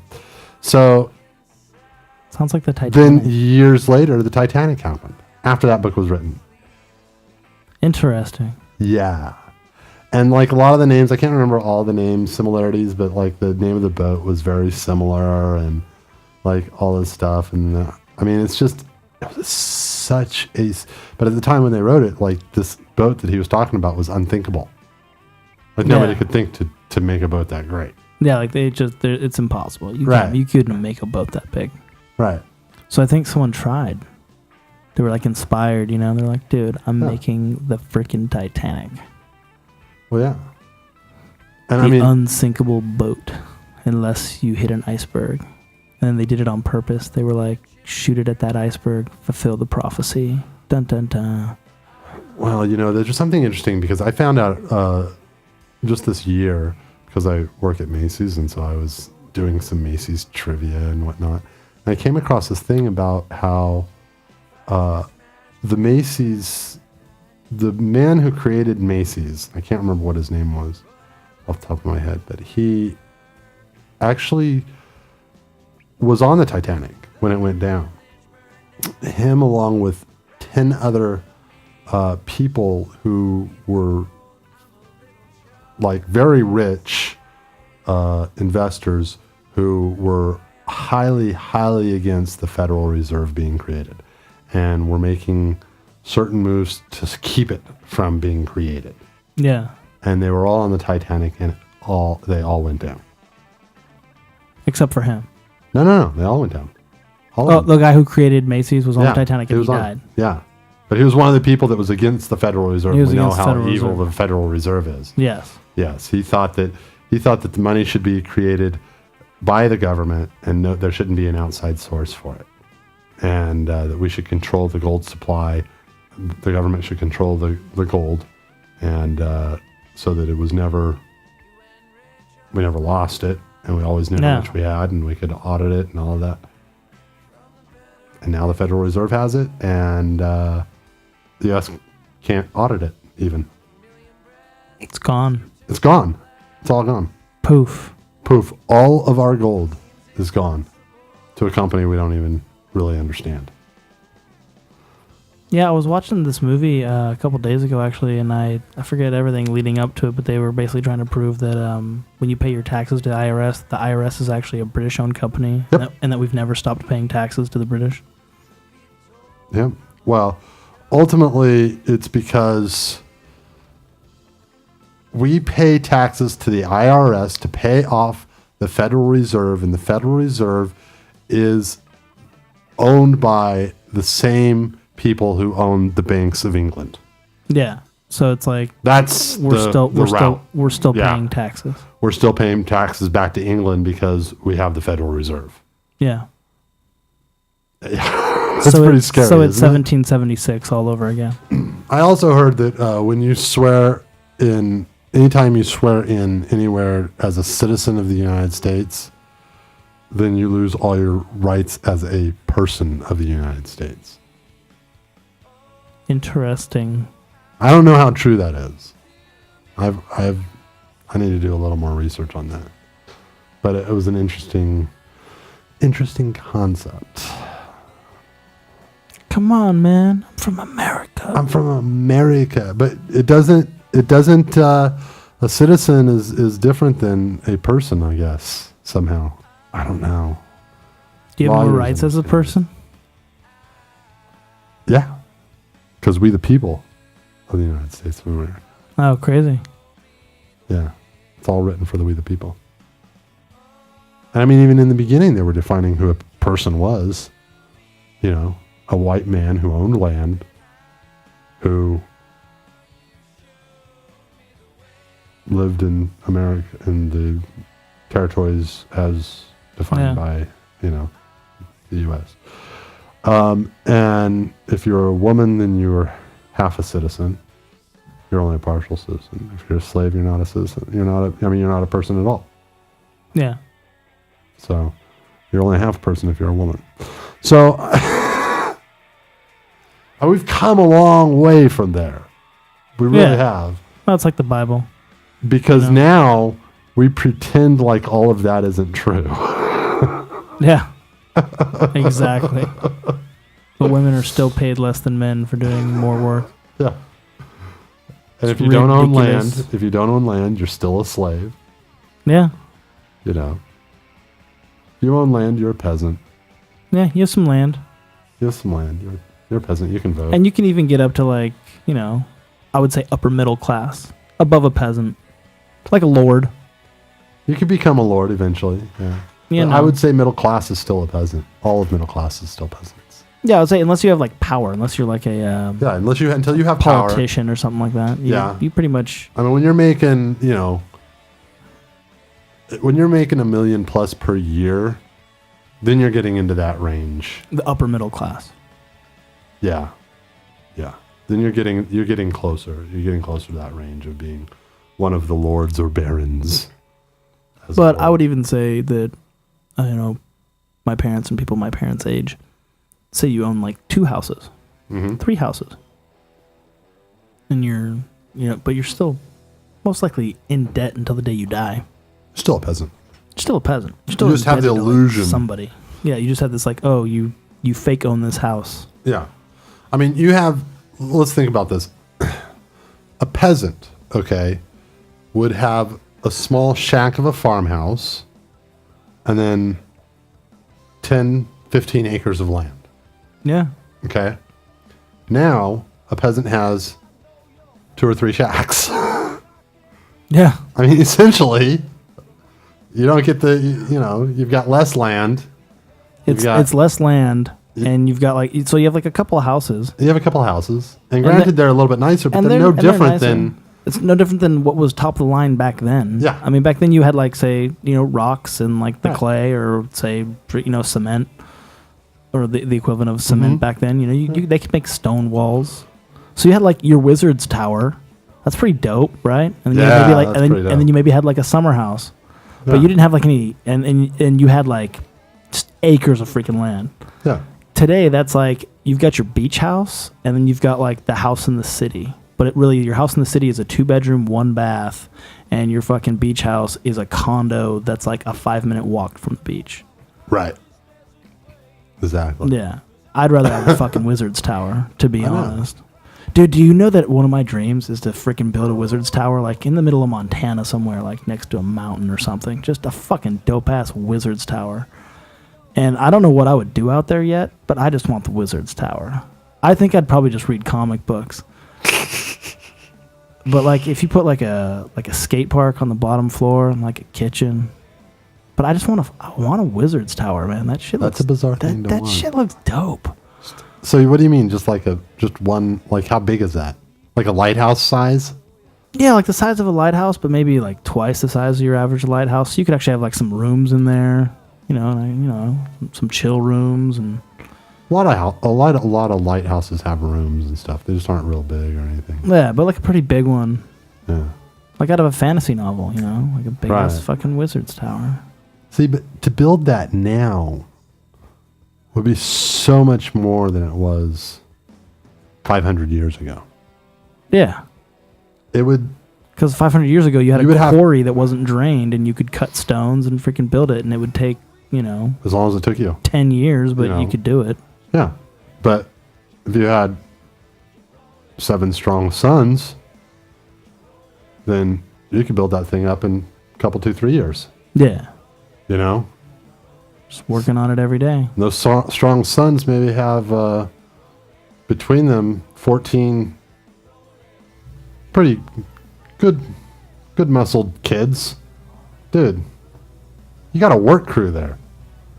You So can build that up. So you build a wall. So you go build that. Now, today, if you did the same thing, the second that you started to dig up that earth, you'd have people down on you with fines and Yep. all kinds of regulation, and nobody's using that land. Why can't I use it to build my house?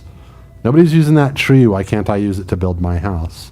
I mean, I get the idea of just going in there. I'm going to cut all these trees down and then sell them all. Okay, people shouldn't be doing that.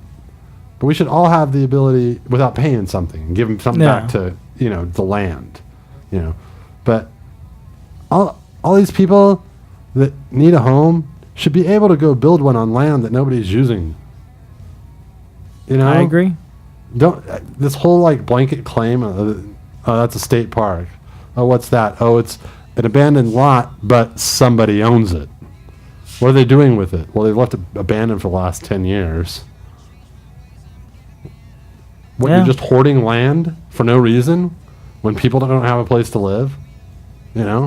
Build a house. There's 30 trees on that land. Why can't I cut down those trees, claim this land as my own, and build a house? Yeah. That makes no sense to me.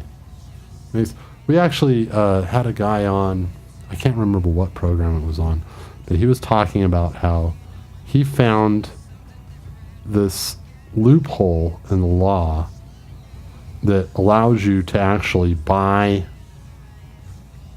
to claim trees that they have to cut anyway. Like they have to clear a certain amount of land to deforest it, Yeah. and you can set claim to it, or they have to burn those trees or something like that. I can't remember. Yeah. But you can lay claim to it in certain areas, and you can lay claim to it, and then it's your right as a citizen of America to go there and cut down that timber, a certain amount of it Yeah. that you're allotted, and you can take that back with you. Everybody can do that, but nobody's letting that knowledge just go out there. Yeah, of course. And in order for him to claim the stuff that he wanted to claim, he had to go through all this paperwork and explain it to the people that were even that he had to go to get the permission. He had to explain the law to them and show it to them in the books, and that's how unknown it is. That's a pretty awesome loophole.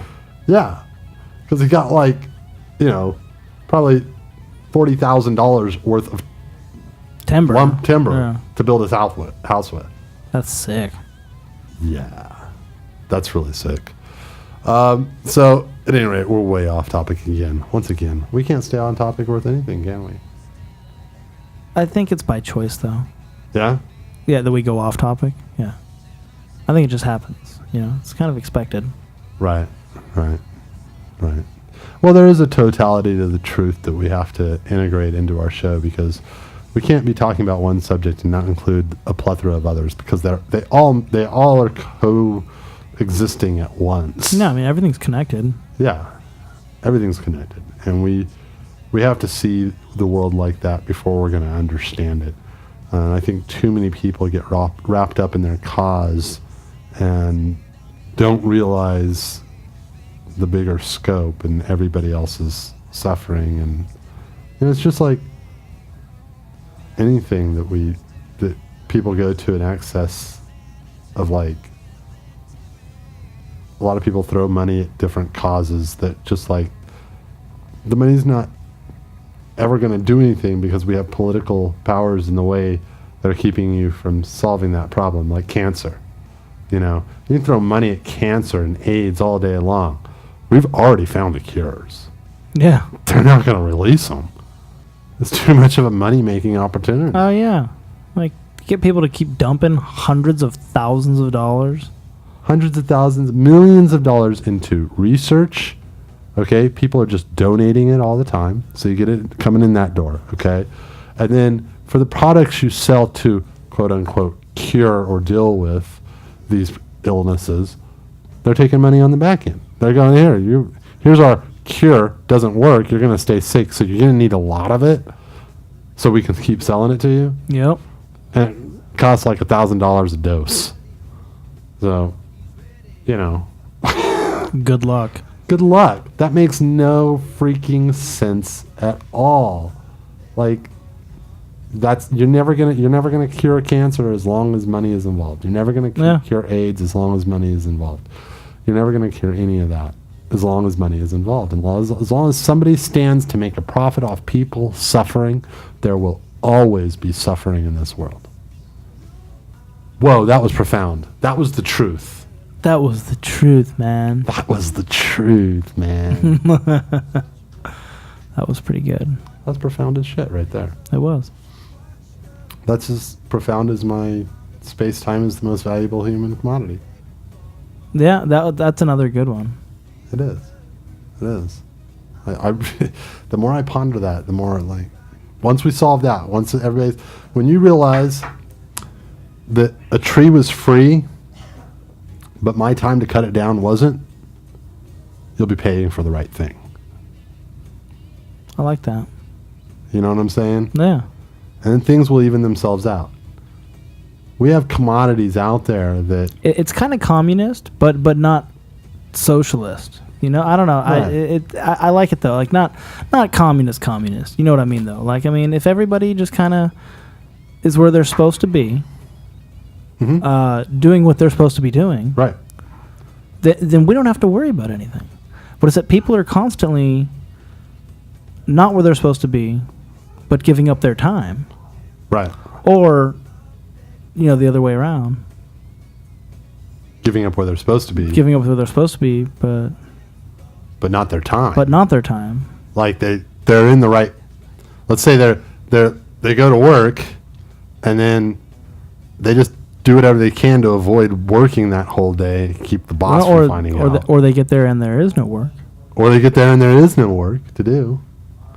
Then yeah, you're wasting space time, and that's the most valuable commodity. Yeah. You know, that's what people should be paying for too. That's what, you know, when I go in to buy groceries, okay, I should be paying for the time that it took for everything that happened to that grocery. But I shouldn't be paying for the grocery itself.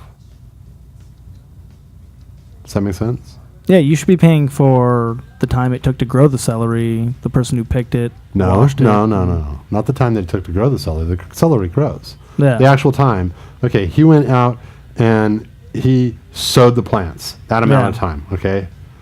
Okay, now you figure he went out and sowed the plants. Then he goes out and watered them. Watered them. Okay, that's set up on an automatic timer. Yeah. Okay, no big deal. All right? They get watered. But eventually, like, when you come down to how much time was spent to harvest that nut, put it on a truck, and bring it to you, okay? We don't include the resources. We just include the time. Okay. Okay? So even the gas that was spent, that's just the resources, the human resources that were used to bring it. Okay? That's all we charge for. That's all, and people so you're trading actual time. And then the actual items don't figure into it. Okay? Because all of that essentially was free. That was put here for us. What the money that's involved is our time and our space. So the sand for this bottle, it was always here. Okay? But the time it took to form it into this bottle, that's what you need to be paying for. Yeah. And everybody needs to be paid according to their time and their space. And that's the most important thing. Once you do that, everything else will fall in. Then you won't have the invisible hand of the market. Okay? So the invisible hand of the market, basically what that's a one-way street. People will only pay as much for an item as they have to. Okay? What the market will bear.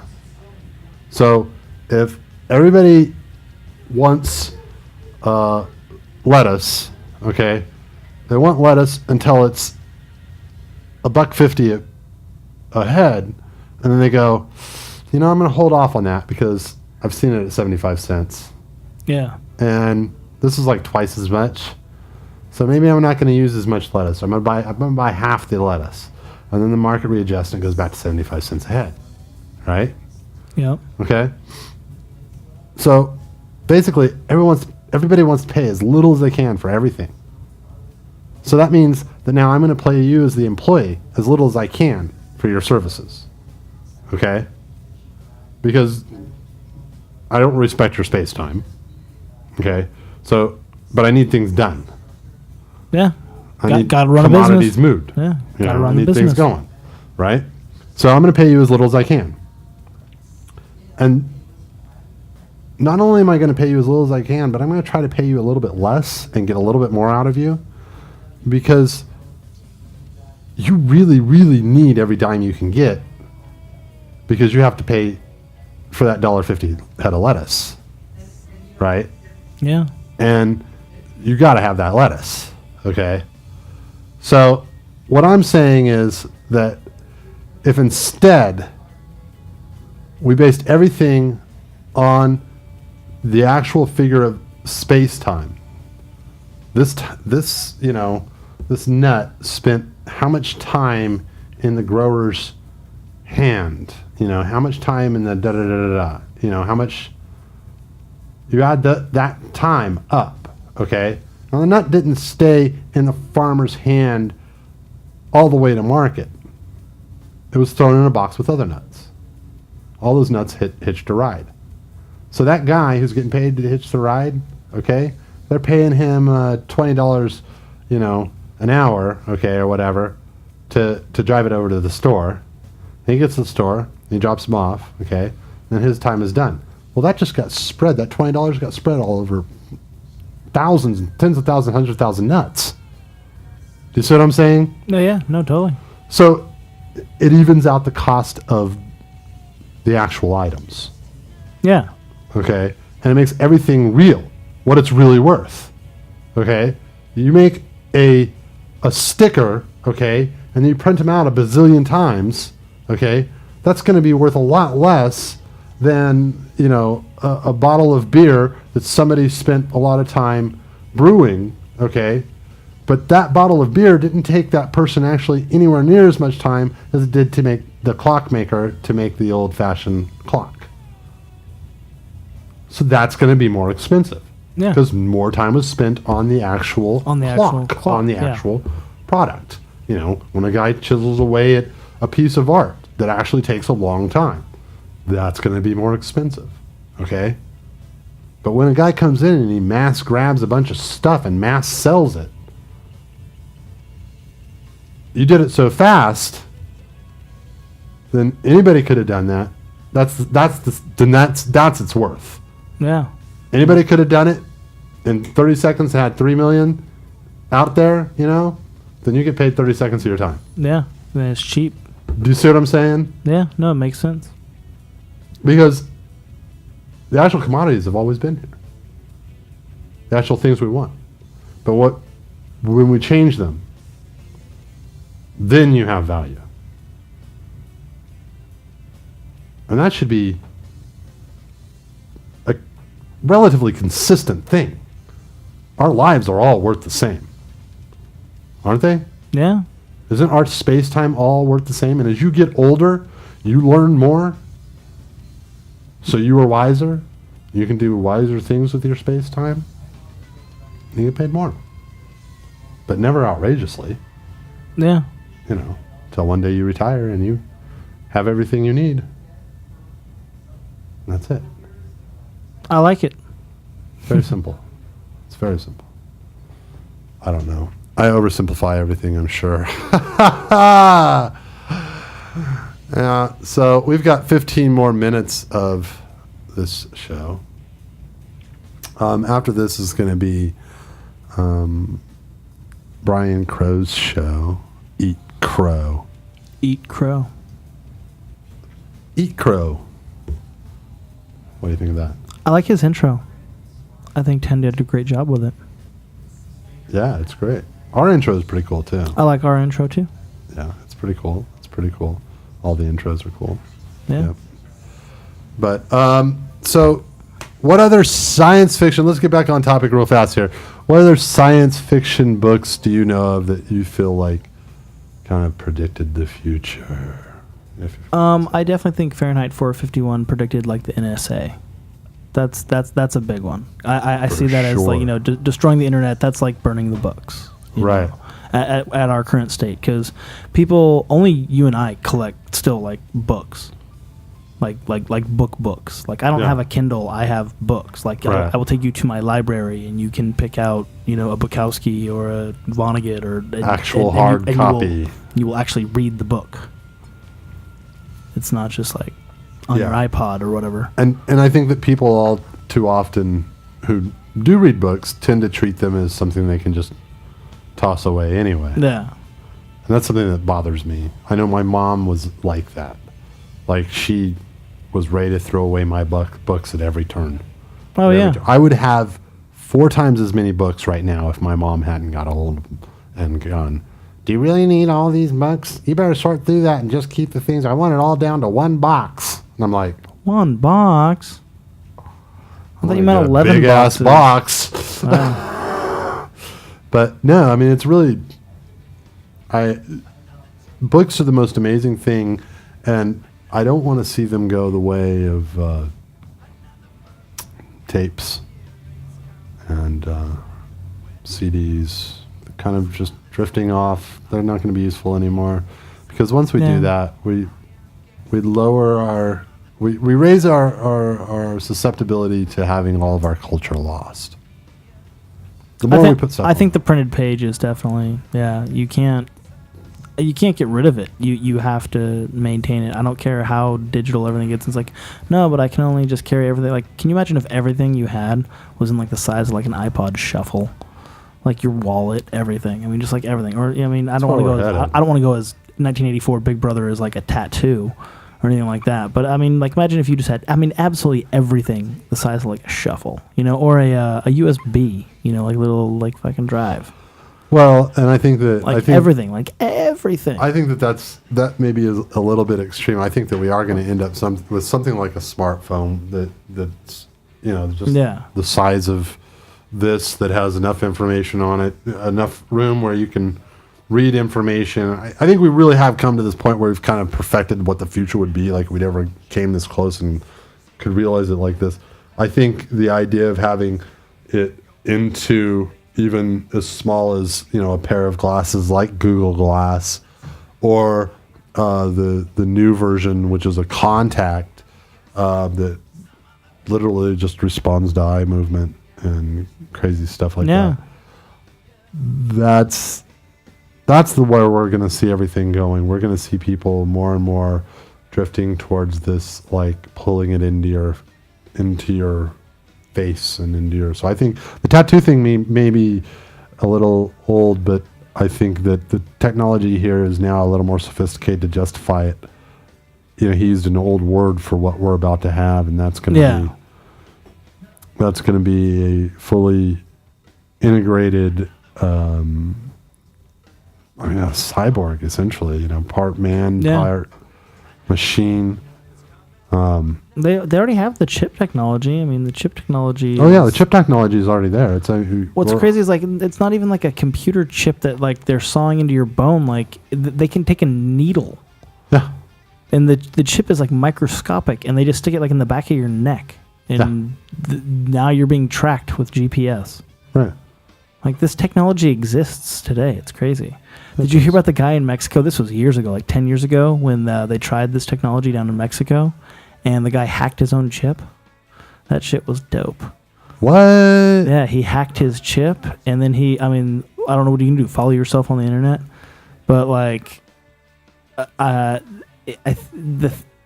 thing from the article that I took was that he hacked his own chip, basically. But he had volunteered for the procedure. It was like 5,000 employees were offered the chance, and like 500 of them said, "Yeah, I'll get implanted with a chip." But I guess, dude, it had GPS, had like everything. This was 10 years ago. There better be some like really good incentives for that, because I'm sorry.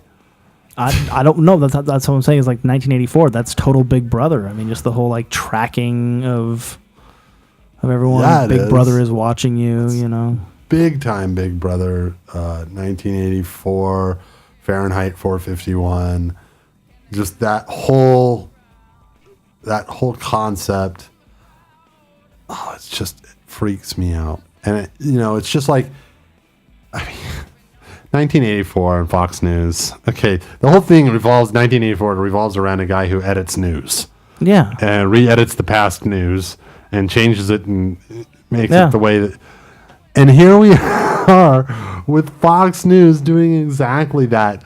Oh, yeah. Fortunately, we have people like Jon Stewart and Stephen Colbert that are astute enough to put it all together and go, Yeah. "Hey, look, this is what's really going on."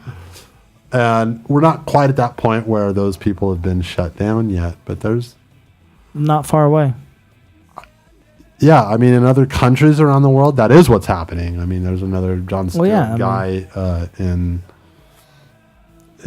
Iran, or I'm not sure. I can't remember where, but he's very much like that. Makes fun of the political elite and got put in jail for a while for it. Yeah, I mean, they're not going to put Jon Stewart in jail. Yeah, but they're not going to put Jon Stewart in jail because, for right now, I think one day, I don't know. I think one day maybe, just because I think it could happen. Yeah, I mean, that's very Fahrenheit 451, 1984. Yeah. If you're a small guy, if you're a small-time journalist, then yeah, that's going to happen. That has happened. Oh, yeah. That's happening to journalists all the time. Just wiped clean. Wiped clean. Scientists. Put them in a cell in Guantanamo Bay. And there's this whole thing with the scientists suddenly disappearing. Bunch of scientists all of a sudden disappeared for a while. That's not good. About, I don't remember, it was like 10 years ago or something. I bet they were taking them out to a think tank, though. Like, hey, we need to solve this problem. There's an asteroid that we don't want anyone else to know about. No, they were showing up dead. Oh, that's a whole different onion. Yep. They were showing up dead. Showing up dead. Dun, dun, dun. Dun, dun, dun.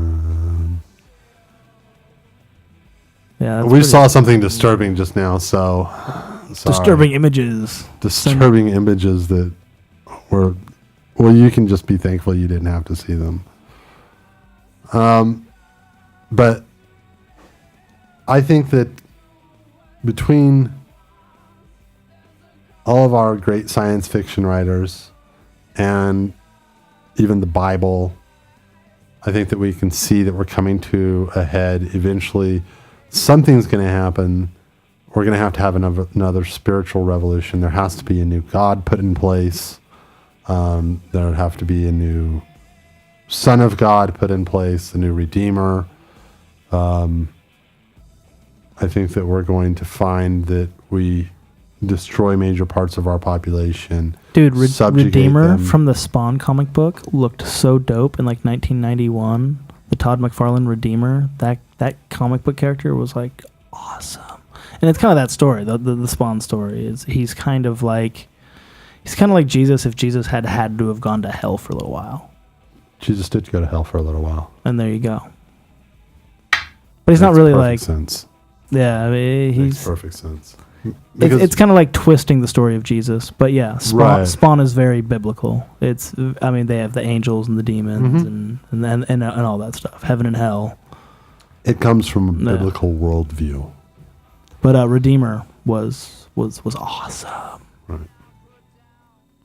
So basically, what we've decided is that science fiction predicts the future because it's imitating the past, cloaked with what they think of as futuristic ideas. Is that? I mean, they're ideas probably from the past that are just being rehacked. I mean, we've already determined that history repeats itself. So I mean, you're going to have another Hitler, Stalin, whatever. I mean, World War. Like, Napoleon. I'm not even saying Napoleon or like Alexander the Great. I'm saying like Alexander the Great. You're gonna have another like grouping, like axis of evil. Like this will happen again, and the world will be destroyed again. It's Genghis Khan. It's going to happen. Yeah, major. Yeah, and it'll be repopulated again and destroyed again, and we won't learn our lesson again. And But, here's the thing. If anybody tells you that there's not enough room or resources in this world for all the people, tell them they didn't study math very well. Because we can fit all the people in the world, okay, in the space of Texas. With, I think it's like 15,000 square feet homes. It's ridiculous. Oh, no, yeah. It's ridiculous. And There's everybody could live in that small there's space. plenty of space. Dude, look at Africa. What we do as people is we have a tendency to congregate. And so it gives the illusion of there not being very much space because we're all trying to get to the same place at once. Because the most important commodity is Space and time. Space and time. I want to be here. I want to be there in the littlest amount of time that I can. Yeah. So there's plenty of room in this world. There's plenty of commodities. There's plenty of land to grow food. We're throwing food away all the time. There's plenty of space to grow animals, have livestock. We choose not to. That's what we do. We're Americans. What can we say? All right. So I think we should just play a song and go out on that note. Yeah, I got to take a leak anyway. Yeah, it's getting to be that time, and we got another show coming up. So here's Map World: The Dawn by Bantunani. No, sorry, Map World: The Dawn Bantunani by Mitchell Nazau. Well, thanks for listening, everybody. We appreciate y'all coming by and digging on some truth. Yeah, and remember, all truths are a little bit different, and our truth may not be the same as yours, but thanks for giving ours a little bit of consideration. Thanks for listening to KXSR.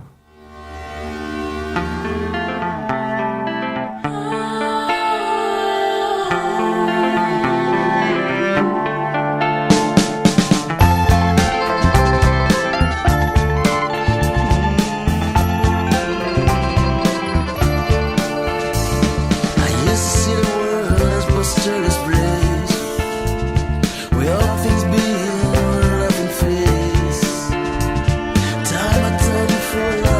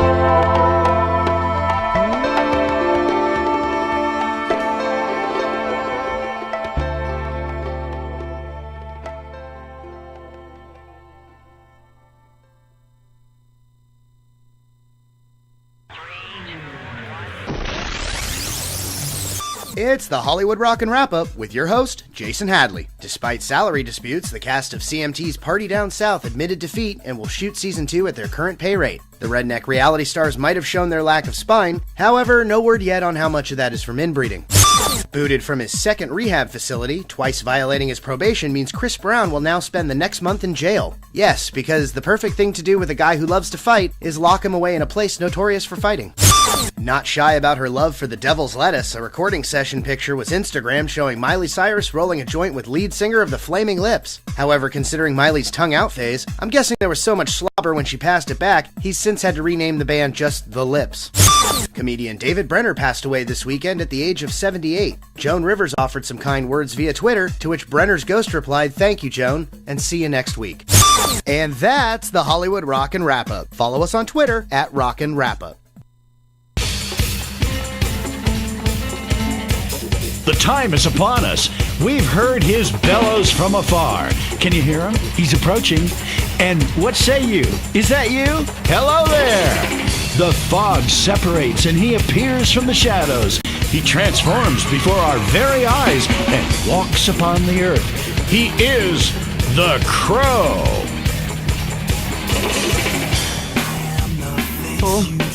How's everybody doing out there? Welcome to another episode, a joyous episode of Eat Crow. And as always, it's not a suggestion, it's a commandment. That's what I say about it.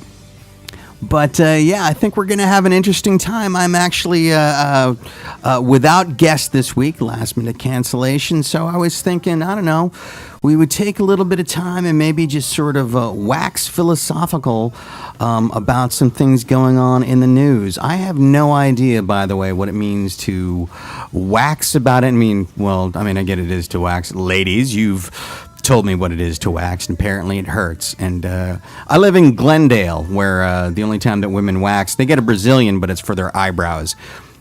Different deal. More on that later. So yeah, it's some exciting stuff. So I don't know, what do we want to start with here? What do we want to like really dive in deep into heavy stuff? Do we want to start off with something light and mellow and then get heavy, or I don't know, let's think. All right, we'll start with a little bit light.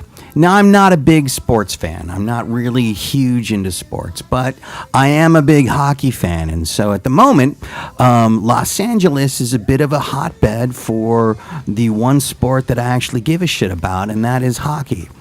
And the Kings, your Los Angeles Kings, went out to Chicago, and they took their sticks and they beat the living shit out of the Chicago Blackhawks last night. 6-2. Now, let's be honest. The Hawks melted down a little bit. It brings the best of 7 up to 1 game each. And as much as it was great to see the Kings turn it around, they went from a 2-0 deficit up to a 6-2 win. Let's not pretend, let's not fake with each other that somehow the rest of this series is going to be nearly that glorious. It's going to be a hard slog fight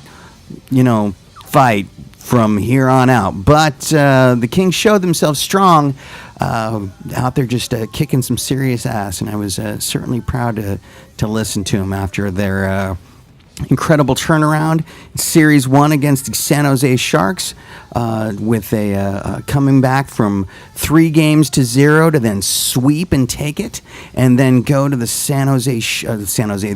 the Anaheim Sharks, who were actually favored to win, and then beat the shit out of them too.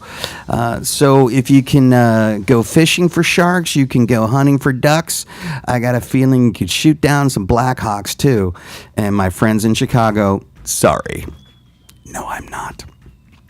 So that's the light stuff. But keeping it with sports, let's talk about racism. because normally one would not necessarily associate racism in sports, and yet here in Los Angeles, as of late, if you've been anywhere near a newspaper or a radio, you are aware of the crap that has been going on between with the Clippers and their owner Donald Sterling, and he put the capital D in Donald, which stands for Dick. And a lot of the fallout that has come from that. And I struggle with some of it because clearly, an asshole, okay? We can call that out. I think we can say that safely and solidly and securely. I think that we can say that the guy is an aging, decrepit, rich guy who's got some very weird and incorrect feelings about race relations. One of the things that actually amazed me is how many people would be saying, I don't understand how a guy could, work with a basketball team and yet have these feelings about African Americans. And my first thought was, wait a minute. Slave plantation owner mentality who basically owns black people. I see a connection. It makes perfect sense to me, and somehow I think it fulfills his ego. It fulfills his sense of who he's supposed to be, and solidifies a level of superiority. I think it's right there on its face. It's well documented. It's not like his racist tendencies have been a secret. We've just only decided to come down on him now. Well, maybe a little too late, possibly. I don't know, maybe. But here's some fun stuff that went on, and I'm going to have to go to the paper on all this because I'm not going to memorize all of it. The NBA is about to vote on his ownership of the Clippers. And Mark Cuban, the owner of the Dallas Mavericks, actually came out and said some stuff very recently, and some of it, number one, I gotta say, I'm a little bit, I'm kind of a fan of it in his level of honesty, even in almost a self-deprecating stance. Is that he called himself and called everybody else on a lot of stuff. Basically what he said was, and this is a quote. You know what? Maybe I'll avoid talking about race today in a business interview. I'll just avoid that. Maybe it's not the right time to talk about who I crossed the street to avoid. Maybe it's not the right time to admit that I sometimes judge people based on what they look like. That's what he said at one point. Then he turned around and he said, now's the perfect time for me to talk about race in America today. And I'm actually, if you're ever gonna talk about it, and you're in a position to talk about it, now's a great time to do it, no matter what your beliefs may be. And he actually talked about that if he's walking down the street and he sees a bunch of African American kids in a hoodie, he's likely to cross the street.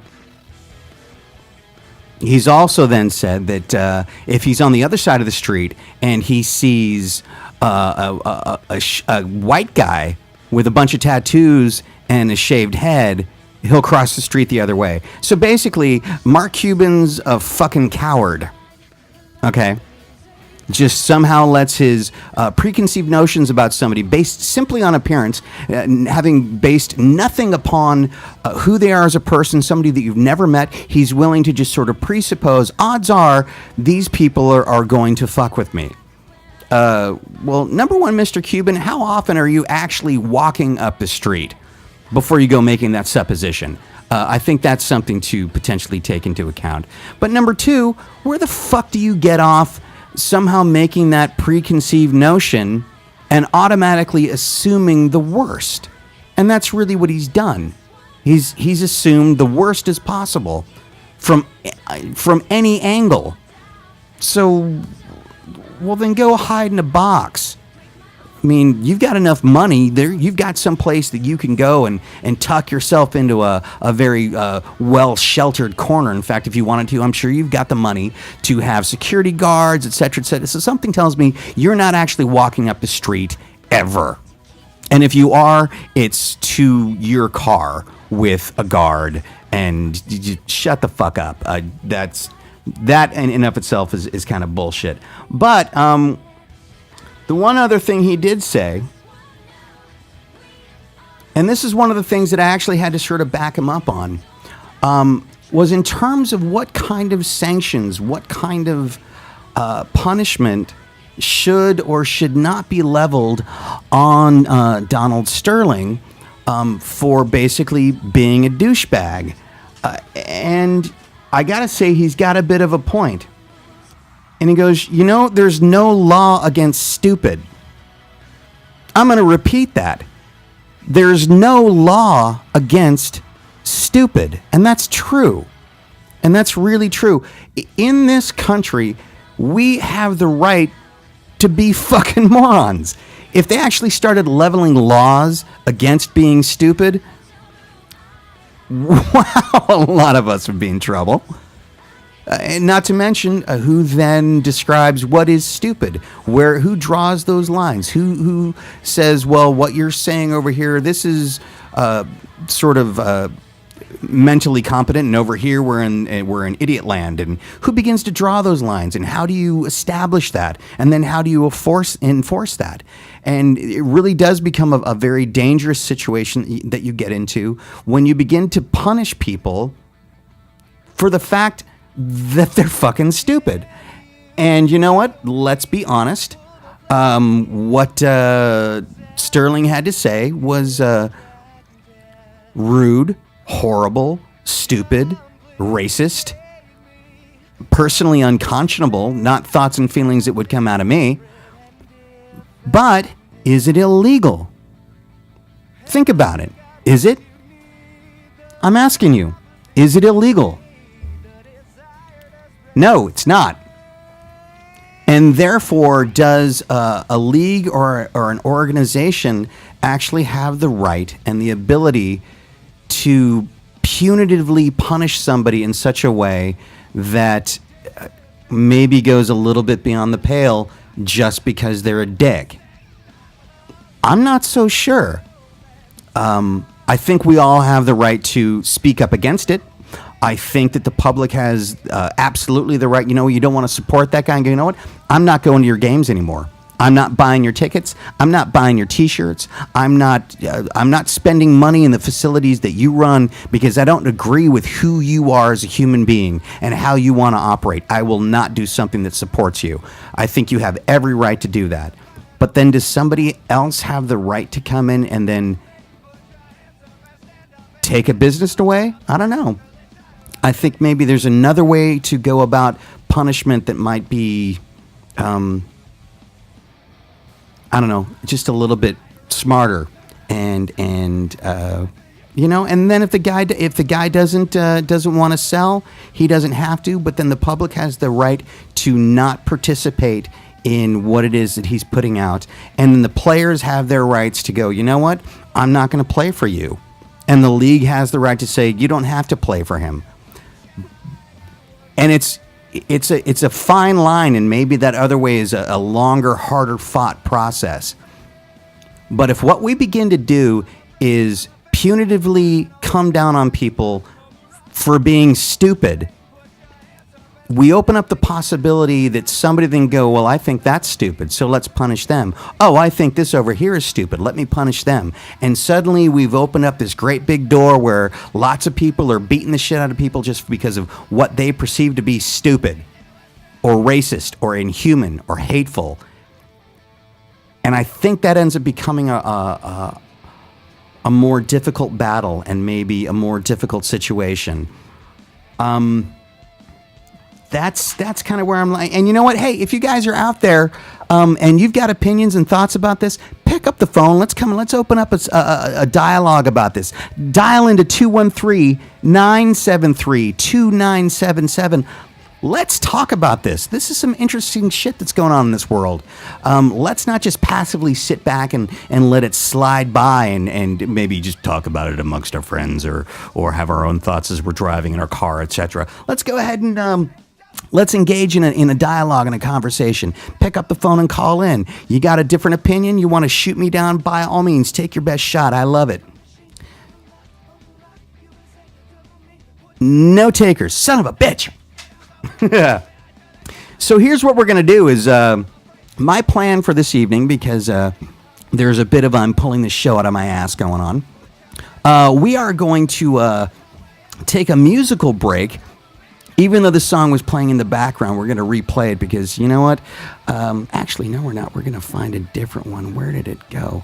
Now we're going to replay this one because I really love it.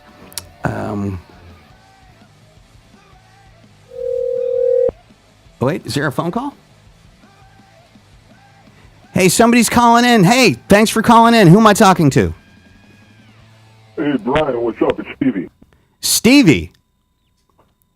Hey, listen, I think what you're talking about is brilliant. The funny thing is while stupidity isn't a crime, they can do some serious damage to the economy, to a city, do all kinds of stuff, and hurt people. While there's no law against being stupid, there's no law against punishing people for being stupid. I don't know. I think it's kind of a loose Well, thing. actually, there are laws against punishing people for being stupid, and it's called the First Amendment.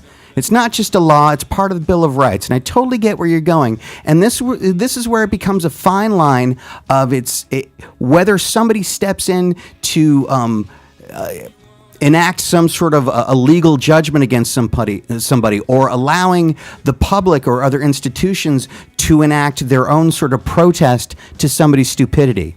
So there in fact is a law against punishing people for being dumb or for saying things that lots of us don't agree with. One of the great things about the First Amendment, one of the great things about this country, and one of the things that I would fight for is your ability to say something even if I vehemently disagree with it. You still have the right to say it. I don't care how horrible and abhorrent it looks. We live in a nation that a group like NAMBLA can exist. Now, clearly disgusting, but yeah, exactly. You're coughing, and smoke some more. But the point is, part of what makes this nation great is the ability for everybody to have their thoughts and their opinions and to allow it, and yet it gets into the whole idea of the checks and balances. And so while somebody can say something, there are then other elements that can come in and counteract it, so that if somebody is speaking about something that is, somebody wants to shut down another political group, or there's enough other people going, I'm sorry, no, you don't get to do that. For example, the Westboro Baptist Church, sons of bitches one and all. I think for the most part we can agree on that. They have every right to voice their opinion. But part of the beauty is when they go out to the funeral for a fallen soldier and they want to protest saying, oh, this soldier died because God hates gays. Yeah, well, fuck you too. But when large groups of people then stand directly across from them and show the exact opposite, to me, that's the First Amendment in action. That's the beauty of the nation in action. Right there. They've got the ability to say what they want. Listen, Brian, I got one question for you. Sure. Why the fuck are you not arguing cases in front of the Supreme fucking Court? That's what I want to know. Because I didn't go to law school. I just bloviate on the radio. But you know what? I would love to argue a case in front of the Supreme Court. I think that would be a good time. So, you know what? One thing I agreed with, and I was listening to earlier on your show when you were talking about the owner of the Clippers and the similarities with slavery, where these guys can buy, trade, and do whatever they want at a whim and change the life of these people. And I don't know, it's crazy. It is crazy, but But I mean, because that's one of the things. I mean, and this becomes part of the dichotomy of it, is that Sterling could say a bunch of the stuff that he said, but if you look at the people that he pays, and he was paying some pretty large dollars compared to other teams in the NBA. I happen to believe that he's got a thing against African Americans, but he's also a businessman and goes, yeah, but if I want a winning team, I got to pay those people I don't like very much a large sum of money. So that gets sticky and weird, right? Yeah, it does. It does. And, you know, I don't want to hog up all the airtime.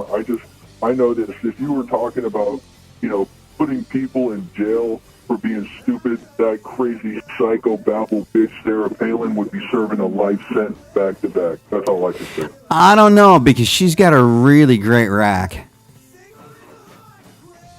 Well, you can take the rack with guns on it. And I'm not just talking about her guns either. But anyway.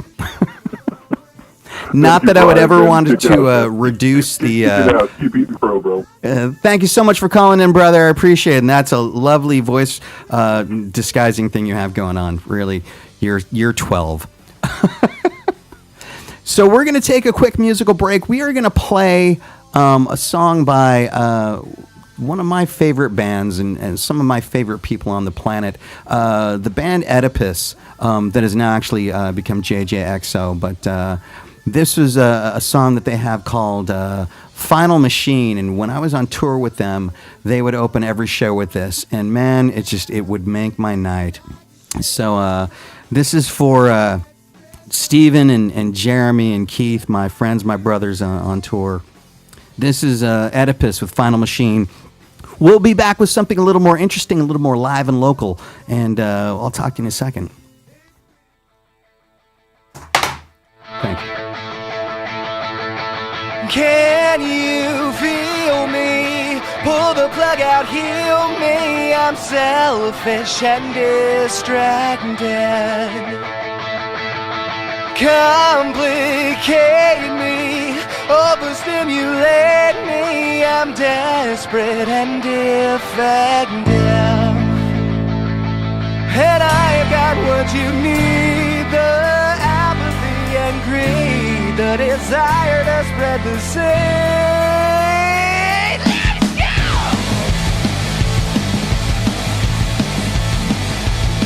Hey, hey.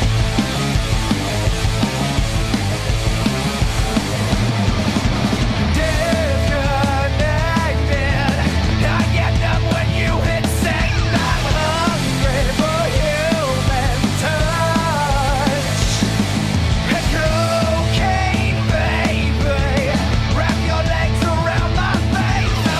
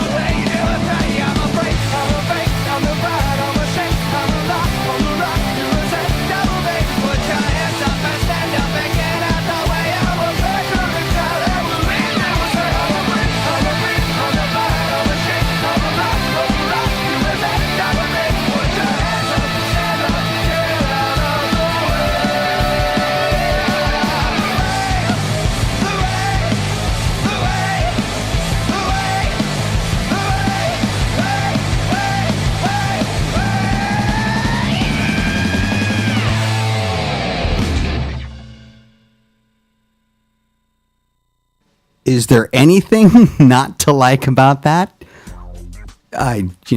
But hey, if you have a feeling there's something to like or not like, now's a great time to call in 213-973-2977. Give me a call. Let's have a conversation. Go ahead. Tell me what you're wearing. I want to know. This is Eat Crow, where once again, it is not a suggestion. That is a commandment. So open wide. Yeah. So I'm going to talk about something for a little bit here that is very live and very local. Take a minute to sort of describe what it is. How many of you out there are familiar with the city of Moorpark, California? Good, cool, not many.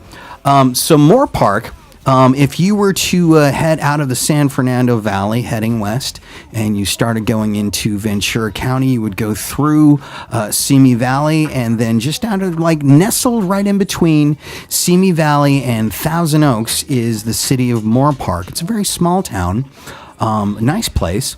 In fact, home of Moorpark Community College, which is where my daughter went to community college for 2 years before transferring up to the Bay Area. Just got her grades yesterday, finishing up her junior year. 6 A's and 1 B+. Yeah, she's kicking my ass in the school department, but she does that in more ways than one. So anyway, Moorpark, out there, there is a small restaurant that actually started off in Woodland Hills called Red Balls Rock and Roll Pizza. That's right, Red Balls Rock and Roll Pizza. And a little ways back, they moved out to Moorpark. I'd been there several times. Number one, phenomenal, great food. I mean, just great pizza. But they were also fine purveyors and supporters of local rock and roll and artistry and comedy. I did several comedy shows at their location when they were in Woodland Hills, and they had lots of great music that would perform there. And then they decided to move out to Moorpark, and they basically renovated sort of a dilapidated warehouse and opened up a facility and started making their great food and putting on great local music shows. And aside from, like on Fridays, my very good friend Robbie Rist, who was on this show when it was called American Psycho a little ways back, great radio voiceover guy. He was one of the original Teenage Mutant Ninja Turtles, also very well known as Cousin Oliver from the Brady Bunch. Every Friday night, he does something called K-Tel Fridays, and you go out there, and it's all the great hits from the 70s, and people are encouraged to join him up on the stage and sing, bring instruments. The Foo Fighters are known to show up and do performances there, and all of their side bands. In fact, what Taylor Hawkins' band, the drummer from the Foo Fighters, has a side band called, I believe it's Gods of Satan, and they just did a CD release party there. And so this is a place that is not only about putting out great food, but also having a place for great artists and great musicians to have a place to go play. It's very small and it's very intimate. And it's the vibe and the energy there is phenomenal. And they've recently fallen under fire from the city of Moorpark because of supposed volume levels. Volume levels with a rock and roll show. Now, it's been known to happen, and maybe some of the complaints could be understandable, but there's been no cooperation from the city other than just there's some complaints. Okay, so what's the probable, what is the acceptable decibel level? And by the way, all of their shows are over by 10 o'clock. And the city ordinance says that only time that you can have noise complaints is from 10 p.m. to 7 a.m. And so they've been very, very, very diligent about making sure that their shows are over by 10 o'clock. The owners have been really good not only about bringing great music and great business to the city of Moorpark, but they're also really good about giving back, putting on fundraisers. They recently did a fundraiser for a local girl out there with cancer to raise money for her. And apparently that night, somebody nearby complained, not because there was a band playing, apparently somebody was sitting out on the porch talking too loud. And so the city is actually trying to shut them down. They've come into what is a small city in need of some bolstering. Again, renovated a dilapidated building and brought a tremendous amount of business to the area. And people travel from far and wide to come to shows there, enjoy the food, enjoy the entertainment. There are supporters literally from across the country, not to mention just from locally, say like down by Carson. If you're not from around here, that's a good hour and a half drive to get from Carson to Moore Park. And so those people are driving all the way up. They're enjoying the show. They're enjoying the artistry. Taking part in the other businesses there. Let's face it, you drive all the way up to Carson, you're probably going to have to fill up your tank with gas before you go home. So they are supporting local businesses in there, and yet somehow the city council is trying to shut these guys down. It's a crime. It's an absolute crime, and it's unconscionable, and all because apparently the way these city lines are drawn is that their building is in a commercial area, but directly across the street is a residential area. Now, I've been there several times, and across the street, it's not like there's houses. There's other businesses, and then up in the hills is where the homes are. Yeah, exactly how loud can it possibly be up until 10 o'clock? There have been complaints on nights when it's just been acoustic bands. I've been around a lot of acoustic guitars. You know what? They're not that fucking loud. I don't care how hard you hit it. Not that loud, okay? This is also in an area where, number one, there are train tracks regularly run by large trains, so loud that they shake the building.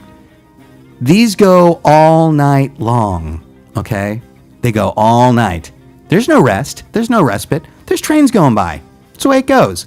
But the rock band is too loud. There's a freeway right by there. Cars driving on it constantly. Sorry, louder than whatever rock and roll band you perceive to be there. But the most important thing comes down to the owners of Red Balls Rock and Roll Pizza, and I'm not quite sure where Red Balls came from. I need to ask them about that. Have been asking the city, could you give us what the acceptable decibel level is? Could you tell us, because we can get measuring tools and we can say, hey, all right, we need to know that at such and such a time, we need to make sure that we're not above this decibel level. And you can measure that and you can manage that. And what they've been met with is nothing but ambiguity and non-answers and people whining and bitching. What's that about? If there's a couple of people around, busybodies who are just, looking for something to complain about because they've got nothing better going on, nobody's fucked them in 6 months, whatever, and they just need something to take it out on. Don't know, but I think it's wrong and it's a crime. So that's something that is going on. And if anybody out there is listening and is local to the area and maybe happens to know Red Balls Rock and Roll Pizza, by the way, not just Red Balls in general. Hey, call in 213-973-2977. We can bring this open for talk and discussion. I would love to get some further input. But yeah, that thing is going on, and it just blows my mind that a business like that would go out there. I mean, again, and I've been out there, and it's not an undeveloped area, but it certainly is in need of a boost. And here's a business that is bringing people in from all around the county, Ventura and Los Angeles. And these people are showing up and they're having a great time. And you've got artists you've got the Foo Fighters.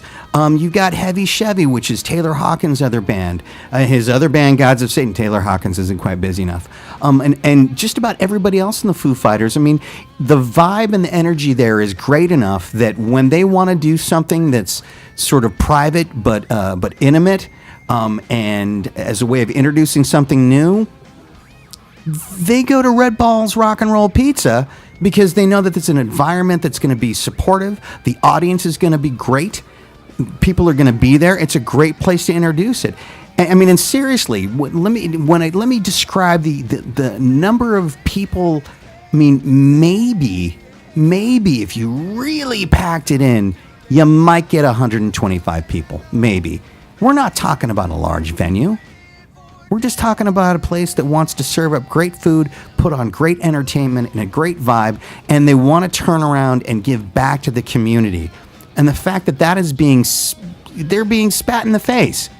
I mean, doing charities, again, Girl with Cancer. There's something out here called Conejo Valley Days, and they set up a booth there, and the money that was raised there went to another charity. This is a place that wants to do nothing more than serve great food, put on great music, and support the community that they're in.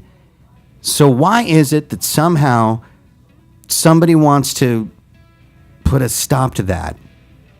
Anybody have an idea? Why would you do that? Who in your right mind would look at that scenario and go, "Oh yeah, let's stop on that. These guys are doing what? They're doing too much good? Are they being just a little too helpful or something? I don't know. It blows my mind." So if you're in the local area, go out to Moore Park, California, and go to Red Balls Rock and Roll Pizza. Get yourself a slice or a pie and check out the music, especially Friday nights. In fact, I may be out there tomorrow seeing my friend Robbie Rist and sitting in. We'll play some songs. Last time I was out, I sat in and sang Surrender. It was a really good time. Tell some jokes, be some goofiness. And if you're coming in from out of town, hop in your rent-a-car and drive out to Moore Park, California, and be a patron of this place. It's worth the drive. It's worth the trip. I was reading some emails on their Facebook page, posts on their Facebook page about people who literally have been here from across the country, singing their praises and talking about how wonderful it is. And yet, City Council of Moore Park looking to find a way to shut it down. They just had a meeting last night. There's going to be another one, I believe, on June 4th. My plan is to probably be there and speak out. And my friend Robbie Rist had posted a really great letter about it on his Facebook page, and it's worth digging up and looking into and seeing what all is there. But just astounded that somehow, in the midst of so many things that are so ridiculously bad that are going on in the world, that there's something really good happening in a tiny pocket of the world, and it's getting stepped on. It's unconscionable and it's unimaginable to me. And I've got a hell of an imagination, and yet somehow there it is. So I don't know. I guess that's about all I've got to say on that one. Again, if anybody's out there listening, feel free to call in and comment if you are familiar with Red Balls Rock and Roll Pizza in Moore Park, California, or when they were in Woodland Hills. 213-973-2977. We're going to continue on with, we're going to take another music break. We're going to go to another favorite band of mine called Jupiter Ignition. And this is their song Murderdrome. So check this one out. It's my buddy Lance Tamanaha on drums. Enjoy.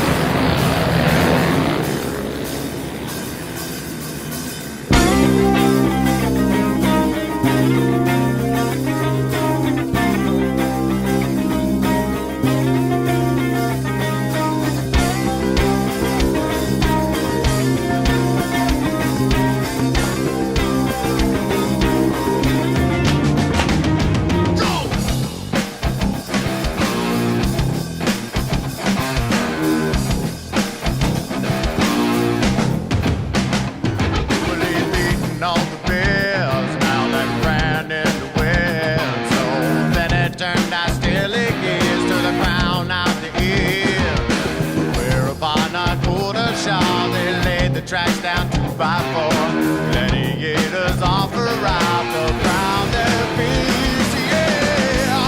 And the reason I'm fighting now to get the cyclone. For a legend child in bed today, yeah.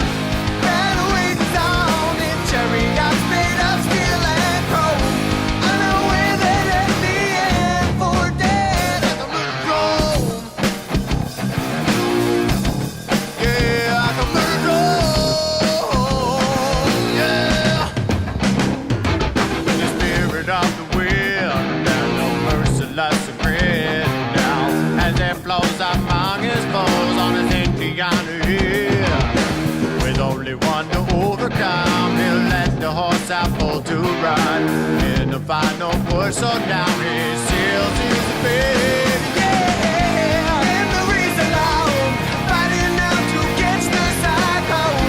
Don't they know they share his fate today? Yeah, destiny marches on to lay back the best of man low. In the end, the fate will read for dead at the murder drone. Yeah, the murder drone.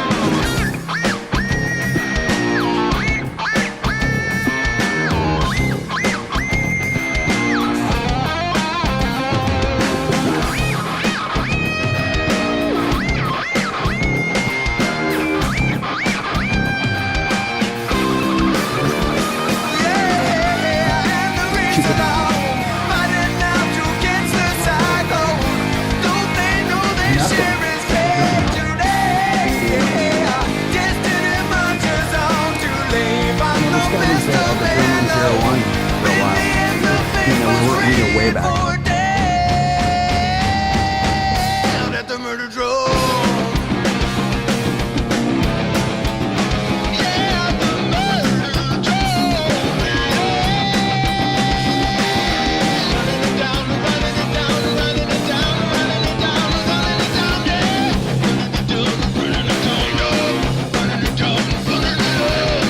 Running it down, running it down, running it down, running it down, running it down, running it down,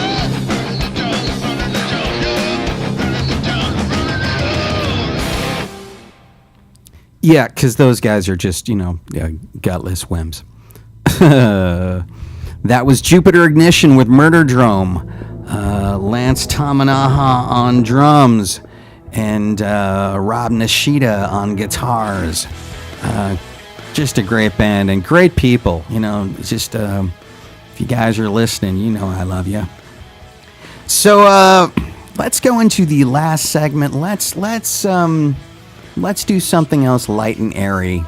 Let's talk about Boko Haram, shall we? Boko Haram, which I know sort of sounds like a purse that my sister might buy. It's not the latest Dolce & Gabbana, it's the latest Boko Haram. What does it look like? So Boko Haram actually is now actually classified as a terrorist group out of Nigeria that recently, I guess just for shits and giggles, kidnapped 300 girls from a school to sell them into slavery. Because I guess that's what you do when you're a terrorist group. Is like, Monday we play checkers, Tuesday is poker, Wednesday we kidnap schoolgirls. Yeah. So this happened, I guess it's been about 6 weeks or so. And not a great, a lot of talk about it.